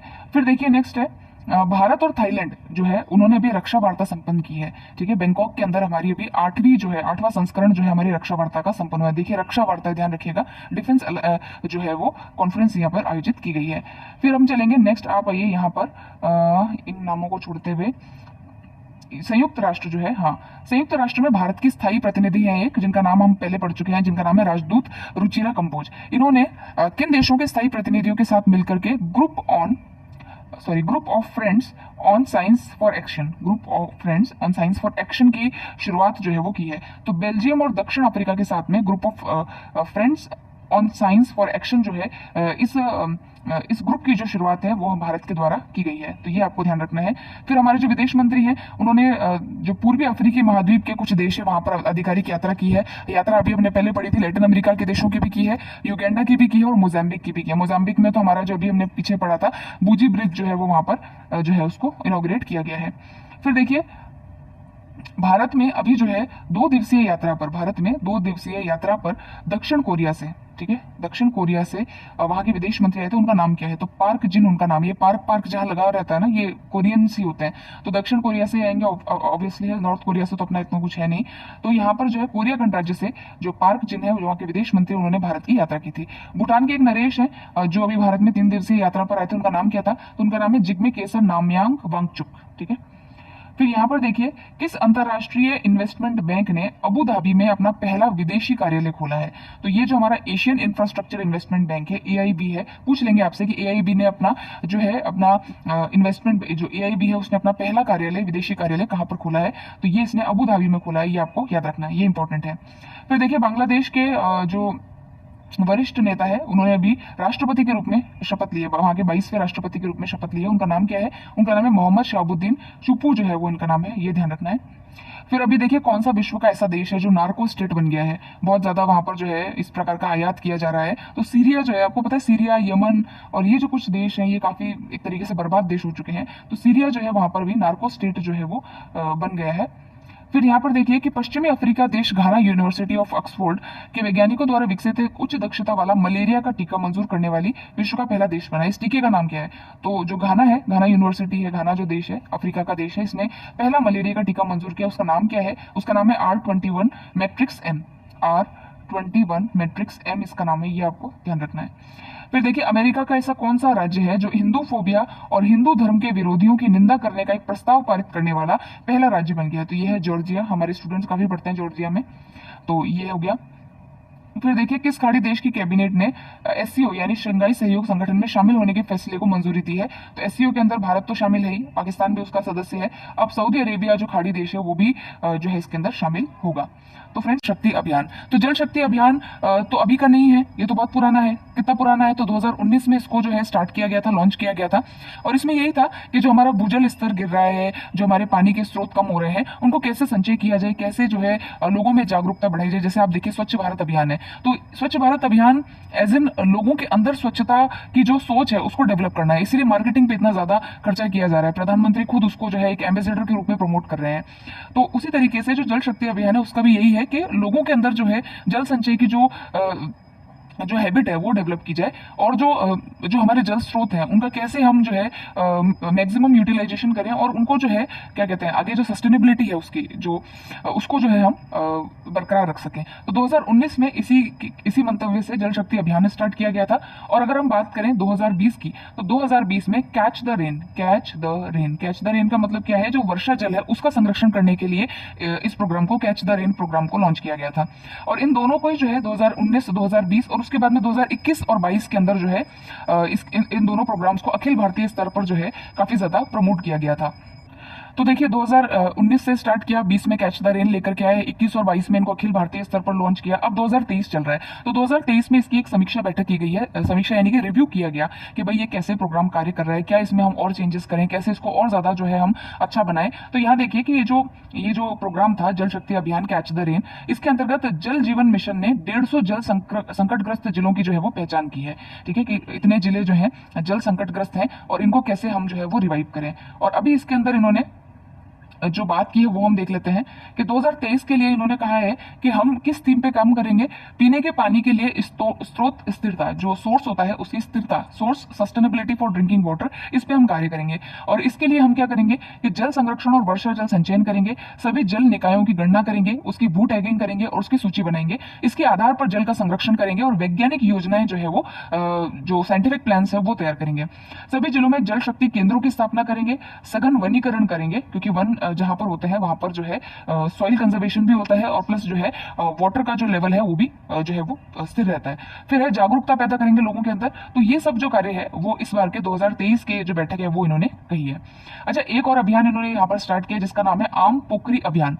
ये उड़ीसा के जो शहरी क्षेत्र हैं वहां पर जो जल निकाय हैं उनके कायाकल्प के लिए, उनका जो रिनोवेशन है उसके लिए जो है ये प्रोग्राम स्टार्ट किया जाएगा। तो आम पोखरी अभियान का आप ध्यान रखिएगा, ये उड़ीसा के जो शहरी क्षेत्र है वहां पर जल निकाय है उनके कायाकल्प के लिए इसको स्टार्ट किया जाएगा। तो ये हो गया, आप समझ गए होंगे जल शक्ति अभियान के बारे में। 2019 में स्टार्ट किया, कैच द रेन 2020 के अंदर, फिर इनकी समीक्षा बैठक 2023 में हुई है। और इस बार का थीम रखा है इन्होंने source sustainability for drinking water, आम पोखरी अभियान उड़ीसा के लिए है। तो ये सारी चीजें इसमें आती है। अब चलते हैं सेकंड आर्टिकल पे, जो कि है प्रोजेक्ट टाइगर को लेकर के। 1973 में प्रोजेक्ट टाइगर स्टार्ट किया गया था, ये हम सब जानते हैं। 1973 में स्टार्ट किया गया था, अभी 2023 चल रहा है, तो इसके 50 वर्ष जो है वो पूरे हो गए हैं। इसका स्मरणोत्सव जो है वो मनाया गया है। कहाँ पर मनाया गया है, तो मैसूर विश्वविद्यालय जो है कर्नाटका में, वहां पर प्रधानमंत्री जी ने इसको बनाया है। और इसके लिए जो है एक बाघ संरक्षण को लेकर के इसका जो मूल्यांकन है उसको लेकर के जो है एक पूरी रिपोर्ट भी तैयार की है, जो एक 5वीं इसका बाघ अनुमान रिपोर्ट है, भाई बाघों की कितनी संख्या है उसकी 5th ये रिपोर्ट है, वो भी जो है प्रधानमंत्री जी ने वहां पर दी है। इसके अलावा इन्होंने एक अलायंस स्टार्ट किया जिसका नाम है International Big Cat Alliance. International Big Cat Alliance, इसमें क्या होगा कि जितने भी बिग कैट की कैटेगरी में आते हैं, जो जानवर आते हैं जैसे कि शेर है, चीता है, टाइगर है, लेपर्ड है, स्नो लेपर्ड है, प्यूमा है, तो इन सब का जो है कैसे संरक्षण किया जाए, कैसे इनके संरक्षण क्षेत्रों को बढ़ाया जाए, ऐसी ऐसी जो अच्छी अच्छी बातें हैं उनको लेकर के जो है इंटरनेशनल बिग कैट अलायंस का को जो है वो स्टार्ट किया गया है। इसमें अगर बात करें तो नेपाल जो है हमारे साथ में इसमें भाग लेने वाला जो है वो एक तरीके से इनिशिएटिव करने वाला सदस्य देश इसके अंदर शामिल हुआ है इंटरनेशनल बिग कैट अलायंस में। अच्छा, ये जो अखिल भारतीय बाघ अनुमान की रिपोर्ट है, जो कि आप फ्रंट पेज पे देखेंगे, प्रधानमंत्री जी ने इस रिपोर्ट को हाथ में लिया हुआ है। तो इस बाघ जो रिपोर्ट है इसके भी कुछ डेटाज हम देख लेते हैं कि देखिए 2022 के अनुसार भारत में बाघों की न्यूनतम संख्या थी 3167। 2018 में ये थी 2967, यानी कि इस बार बाघों में क्या हुई है, बढ़ोतरी हुई है। तो 6.74% की जो बढ़ोतरी है वो बाघों की संख्या में इस बार देखी गई है। फिर देखते हैं हम यहाँ पर जो है, और अगर हम देखिए इसके अंदर चीजें को देखें तो आप एक ये वाला तो चीज ध्यान रखिएगा कि 3167 अभी पॉपुलेशन है हमारे यहाँ पर बाघों की। और यहाँ पर जो है प्रोजेक्ट टाइगर मैंने आपको बता ही दिया था। हाँ, जो हमारे यहाँ पहले कंजर्वेशन रिजर्व हुआ करते थे बाघों के लिए वो कुल 9 थे जब इस प्रोजेक्ट टाइगर को स्टार्ट किया गया था। अब ये टोटल बढ़ करके 53 हो गए हैं। 53 हमारे यहाँ पर टाइगर रिजर्व हैं अभी प्रेजेंटली भारत में। तो सबसे ज्यादा टाइगर रिजर्व हमारे भारत में ही है पूरे वर्ल्ड के अंदर, ये भी हमें ध्यान रखना है। और ये बिग कैट अलायंस के बारे में मैंने आपको बताया ही है कि 7 जो प्रमुख बिग कैट है, बाघ है, शेर, तेंदुआ, हिम तेंदुआ, प्यूमा, जैगुआर, चीता, इनके संरक्षण और सुरक्षा पर ध्यान दिया जाएगा और जो विभिन्न देश हैं वहां तक इनकी रेंज को पहुंचाया जाएगा। फिर देखिए कि यहाँ पर भारत में मैंने आपको बताया कि भारत दुनिया का सबसे बड़ा टाइगर रेंज वाला देश है। और अगर हम बात करें कि भारत लगभग 30,000 हाथियों के साथ विश्व का सबसे बड़ा एशियाई एलिफेंट रेंज वाला देश भी है। यहाँ पर एक सिंग वाले जो गेंडे हैं उनका भी सबसे बड़ा आबादी वाला देश भारत ही है और एक सिंग वाले गेंडों की संख्या यहाँ लगभग 30,000 है। और एशियाटिक लायन तो आपको पता ही है, जो एशियाई शेर है वह भारत, पूरे विश्व के अंदर भारत ही एकमात्र देश है जहाँ पर इसकी आबादी है। ठीक है, तो ये जो है कुछ एक फैक्ट्स थे। और अगर आप यूपीएससी की तैयारी करते हैं तो आपको तो और मतलब बाल की खाल निकाल करके पढ़ना है, लेकिन अपने लिए तो इतना खूब है कि ये जो रिपोर्ट है ये ध्यान रखिएगा। बिग कैट अलायंस के बारे में ध्यान रखिएगा, 50 वर्ष इसके पूरे हुए, कब इसको जो है लॉन्च किया गया था 1973 में जो है ये प्रोग्राम स्टार्ट किया गया था। बस इतना ध्यान रख लेंगे, काफी है। अब चलते हैं नेक्स्ट आर्टिकल पे, ये है नामीबिया और दक्षिण अफ्रीका। आपको पता है कि कूनो नेशनल पार्क के अंदर हम जो है चीतों को हमने ट्रांसलोकेट वहां से किया था, और ये जो है हम नामीबिया और दक्षिण अफ्रीका से वहां के चीते जो है वो लेकर के आए थे। अब उन चीतों का थोड़ा नामकरण इन्होंने किया है। अब नाम जो है लिखे हैं, अब इतने तो कहाँ याद रहे। जैसे आशा, ये मादा है और नया नाम इसका आशा ही रखा। ओबेन, सवाना, सियाया, एल्टन, फ्रेडी और तिब्लिसी, ये सब जो है अगर ये पूछ ले नाम दे करके तो क्या है, ये जो है चीते हैं जिनको कि नामीबिया और दक्षिण अफ्रीका से कूनो नेशनल पार्क जो कि मध्य प्रदेश में है वहां पर ला करके लोकेट किया गया है। और ये दक्षिण अफ्रीका से लाए गए जो चीते हैं उनका भी नामकरण यहाँ के नामों पर किया गया है। अब इसमें जो है आपकी इतनी ही इंपॉर्टेंट बातें हैं। अब हम चलते हैं नेक्स्ट पे। नेक्स्ट जो है हमारा एक बहुत ही इंपॉर्टेंट प्रोग्राम है जिसका नाम है वाइब्रेंट विलेज प्रोग्राम। क्या नाम है इसका? वाइब्रेंट विलेज प्रोग्राम इसका नाम है। और ये जो प्रोग्राम है इसको स्टार्ट किया गया है अरुणाचल प्रदेश का जो सीमावर्ती जो बॉर्डर पे एक गांव है जिसका नाम है किबितू। किबितू गांव से इसको स्टार्ट किया गया है। 10 अप्रैल 2023 को जो है हमारे होम मिनिस्टर जो है अमित शाह, उनके द्वारा जो है इस प्रोग्राम को स्टार्ट किया गया है। इसका उद्देश्य देखिए क्या है। इसका उद्देश्य ये है कि सीमावर्ती जो हमारे गांव हैं, जो जिले हैं, उनका विकास हो सके, वहां से रोजगार के लिए जो लोग पलायन करते हैं उस पलायन को रोका जा सके। यानी कि जो सीमावर्ती जो गांव हैं उनको सशक्त किया जाए, उनको मेन स्ट्रीम तो क्या कहें, उनमें ऐसी सुविधाएं लाई जाए, फाइनेंशियल सुविधा हो, रोजगार की सुविधा हो, चाहे पर्यटन के लिए वहां पर ऐसे डेवलपमेंट किया जाए ताकि जो है वहां के लोग जो है वो माइग्रेट करके ना जाए और वहां की आबादी वहीं पर बनी रहे। तो ये इस प्रोग्राम का उद्देश्य है। स्टार्ट कहां से किया है ये पता होना चाहिए। अरुणाचल प्रदेश का जो सीमावर्ती गांव है किबितू, वहां से 10 अप्रैल 2023 को इसको स्टार्ट किया है। और इसके अंदर जो है अरुणाचल प्रदेश, सिक्किम, उत्तराखंड, हिमाचल और केंद्र शासित प्रदेश लद्दाख के अंदर उत्तरी सीमा से सटे 19 जिलों, 46 ब्लॉक और 2967 गांवों के व्यापक विकास के लिए पहचान की गई है। तो ये भी आपको याद रखना है। कितने जिले हैं? 19 जिले हैं, 46 ब्लॉक हैं और 2967 गांव जो है उनकी पहचान की गई है। यहाँ पर ये डेवलपमेंट किया जाएगा। तो अरुणाचल प्रदेश, सिक्किम, उत्तराखंड, हिमाचल प्रदेश और केंद्र शासित प्रदेश लद्दाख, ये सब जो है इनके गांव को इसमें अभी इंक्लूड किया गया है। तो ये आप अच्छी तरीके से यहाँ पर ध्यान रखिएगा। अब देखिए लक्ष्य मैंने आपको बता ही दिया, पर्यटन को बढ़ावा देंगे, शहरों की जैसी मूलभूत सुविधाओं को उपलब्ध कराएंगे।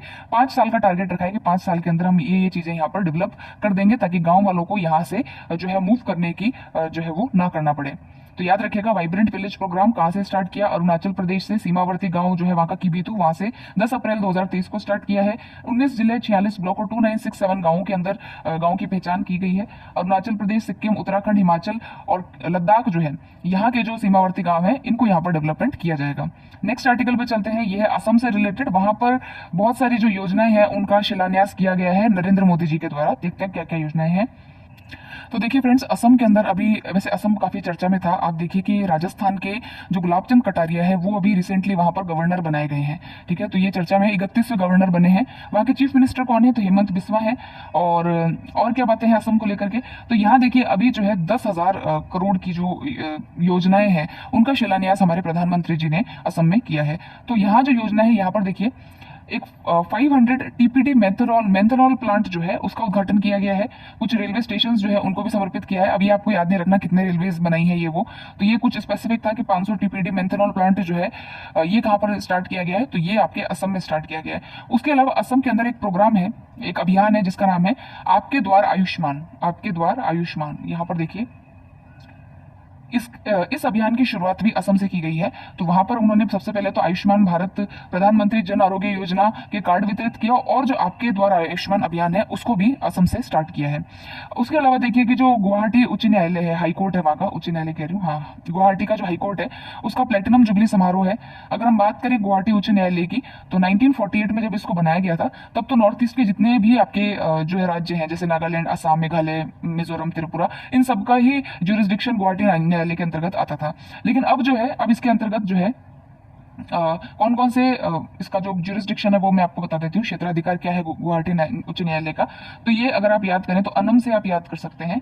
अनम का मतलब हो गया यहाँ पे असम, नागालैंड, अरुणाचल प्रदेश और एम से हो जाएगा मिजोरम। ठीक है, तो अनम से आप याद कर सकते हैं।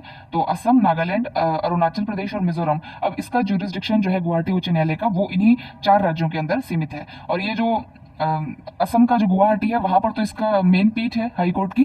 उसके अलावा ये जितने भी नागालैंड वगैरह की जो राजधानी है जैसे कोहिमा है, ईटानगर है, यहाँ पर जो है इसकी खंडपीठ या बेंचेस जिसको बोलते हैं वो स्टैब्लिश्ड है। तो इतना भी आपको यहाँ पर ध्यान रखना है। फिर देखिए असम कॉप क्या है, तो असम कॉप अब ऐसा तो कुछ देंगे नहीं क्योंकि नाम से ही सिद्ध हो जाएगा। असम कॉप का मतलब भी आप समझते ही हैं। जो पुलिस है उसने अपना एक मोबाइल एप्लीकेशन लॉन्च करवाया है प्रधानमंत्री जी से, जिसके के अंदर जो है अपराध और उससे नेटवर्क जो अपराध होते हैं, वाहनों की खोज करना होता है, उस सबका एक ट्रैक रिकॉर्ड जो है वो इसके अंदर रखा जाएगा। वहां पर एम्स जो है, एम्स अस्पताल जो है उसके भी शिलान्यास जो है प्रधानमंत्री जी के द्वारा किया गया है। तो बेसिक बातें मैंने आपको बता दी है। और जस्ट देखिए जो काफी कॉमन होती है ना उन चीजों के पीछे में आप ना रहें। जैसे कई लोग ये भी याद रखते हैं कि 5 रेलवे ट्रैक वहां पर करे, ये एक एक मतलब डिटेल तक लिखेंगे, उतना मत लिखिए क्योंकि वो चीजें इतनी इंपॉर्टेंट नहीं है। कुछ स्पेसिफिक हो कि हाँ भाई ये पता होना चाहिए, ये नहीं पता था, बस उतना ही चीजें आपको ध्यान रखनी है जिसपे कि क्वेश्चन बन सकता है। तो क्वेश्चन स्पेसिफिक पढ़ना इज वेरी इंपॉर्टेंट। फिर चलते हैं नेक्स्ट आर्टिकल पे। तो प्रधानमंत्री जी ने असम के साथ साथ अभी देखिए चेन्नई और हैदराबाद में भी कुछ परियोजनाओं का शिलान्यास किया है। इनको देख लेते हैं। तो वैसे तो इसमें और कोई खास बात तो है नहीं, लेकिन इतना देखेंगे हम कि इसमें जो वंदे भारत जो ट्रेन है उनको यहाँ पर लॉन्च किया गया है। तो यहाँ पर देखिए सबसे पहले प्रधानमंत्री ने ताम्बरम और सेन गुट्टई के बीच एक्सप्रेस सेवा को हरी झंडी दी है और वंदे भारत को भी हरी झंडी दी है। ये वंदे भारत चलेगी चेन्नई कोयम्बटूर से। ठीक है, MGR Chennai central railway station पर चेन्नई से लेकर के कोयम्बटूर तक जो है ये वंदे भारत एक्सप्रेस जो है इसको हरी झंडी दिखाई है। हैदराबाद में अगर बात करें तो ये जो है हैदराबाद सिकंदराबाद जुड़वा शहर क्षेत्र के उपनगरीय में नहीं, यहाँ पर देखिए ये वंदे भारत जो है सिकंदराबाद से तिरुपति जो है वंदे भारत एक्सप्रेस को रवाना गया। तिरुपति आपको पता है, तिरुपति जो है एक सेक्रेड प्लेस है, धार्मिक स्थल है, तो उसको जोड़ने के लिए जो है वंदे भारत एक्सप्रेस जो है वो लाई गई है। तो ये हैदराबाद और जो है चेन्नई जो है दोनों का आप ध्यान रखिएगा।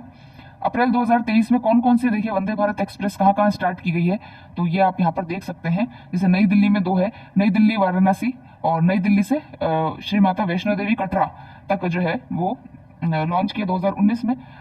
फिर देखिए यहाँ पर मुंबई के अंदर नई दिल्ली में एक और है, अंबा अंदौरा से नई दिल्ली से अंबा और अंदौरा तक। और अगर यहाँ पर और देखें तो दिल्ली कैंटोनमेंट से अजमेर वंदे भारत एक्सप्रेस है। ठीक है, अजमेर जंक्शन, तो ये इंपॉर्टेंट है। अच्छा, हमने उसके अंदर उसको जयपुर का पढ़ा था, तो वो खैर यहीं से होके निकलेगी, तो जयपुर और दिल्ली की जो दूरी है वो कम हो जाएगी वंदे भारत से। तो दिल्ली कैंटोनमेंट से जो है अजमेर वंदे भारत एक्सप्रेस जो है उसको यहाँ पर लॉन्च किया गया है अभी हाल ही में 12 अप्रैल को। और अभी अगर देखें 25 अप्रैल को तिरुवनंतपुरम से कासरकोड, ये केरला में है, तो यहाँ से जो है इसको लॉन्च किया गया। ये तिरुवनंतपुरम सेंट्रल जो है वो इसका वो है, क्या कहते हैं, स्टार्टिंग यहाँ से है और स्टॉपेज है इसका कासरकोड। तो ये आपके लिए इंपॉर्टेंट हो जाता है। अभी वाले तो आप ध्यान रखिएगा, अप्रैल वाले के मतलब 2023 वाले के कहाँ कहाँ लॉन्च की गई है। अब देखिए यहाँ पर कुछ फैक्ट्स दे रखे हैं वंदे भारत को लेकर के। तो देखिए वंदे भारत, पहले तो आप ये ध्यान रखिएगा कि ये हमारी सेमी हाई स्पीड ट्रेन है जो कि मेड इन इंडिया है। इसमें जो हमने सिस्टम लगाया है, सेफ्टी सिस्टम, वो भारत का कवच सिस्टम के अनुकूल है। कवच सिस्टम अगर आपसे पूछ ले किससे रिलेटेड है, तो वंदे भारत एक्सप्रेस जो ट्रेन की सेफ्टी है उससे रिलेटेड है ये। और दूसरा ये है कि पहली जो वंदे भारत एक्सप्रेस है वो आपके दिल्ली को उत्तर प्रदेश से जो वाराणसी, दिल्ली टू वाराणसी है, उसको लॉन्च किया गया था 2019 में। दूसरी वंदे भारत एक्सप्रेस जो थी वो आपके SMVD से लेकर के कटरा थी, यानी नई दिल्ली में SMVD से लेकर के कटरा तक जो है इसको लॉन्च किया गया था। ये भी 2019 में लॉन्च हुई थी। और ये और तो सारी चीजें मैंने आपको उसमें बता दी है। हाँ ठीक है, ये कवच वगैरह आपको पता है। फिर चलते हैं नेक्स्ट आर्टिकल पे। नेक्स्ट है हमारा डिजिटल साइंस पार्क। तो देखिए ये जो डिजिटल साइंस पार्क है इसकी स्थापना की गई, स्थापना या अभी जो आधारशिला फाउंडेशन स्टोन कहते हैं, तो केरला के जो तिरुवनंतपुरम है वहां पर प्रधानमंत्री जी के द्वारा की गई है। बस इतना ही ध्यान रखना है। उसके बाद में क्या परिकल्पना है, कितना क्या लगेगा, ये सब छोड़िए।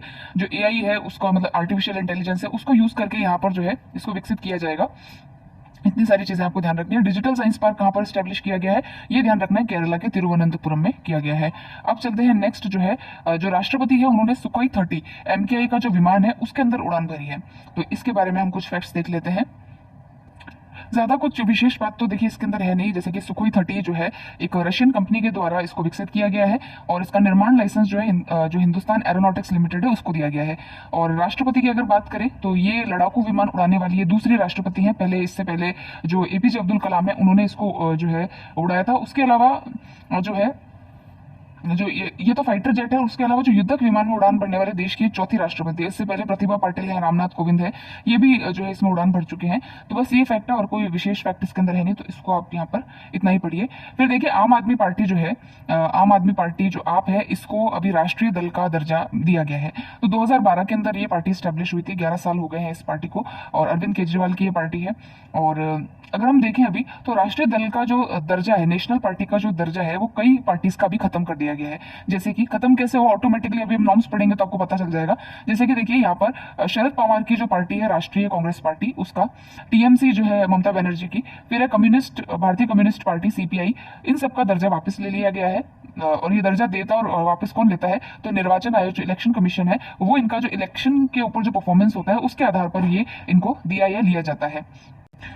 और अगर आप यहाँ पर देखें तो नागालैंड में एनसीपी लोक जनशक्ति पार्टी, मेघालय में Trinamool Congress, Voice of the People's Party, Tripura में टिपरा मोथा को जो है मान्यता प्राप्त राजनीतिक दल के रूप में, नेशनल पार्टी नहीं है लेकिन एक राजनीतिक दल के रूप में मान्यता ये रीजनल पार्टीज को दी गई है। इतना आप याद मत रखिएगा, आप तो इतना देखिएगा कि अभी जो है 6 ऐसी पार्टियां हैं जिनको की राष्ट्रीय पार्टी का दर्जा है। कौन कौन सी है, बीजेपी है, कांग्रेस है, कम्युनिस्ट पार्टी ऑफ इंडिया है, सीपीआई-एम, मतलब सीपीआई की दो है, एक तो सीपीआई है और एक सीपीआई-एम है।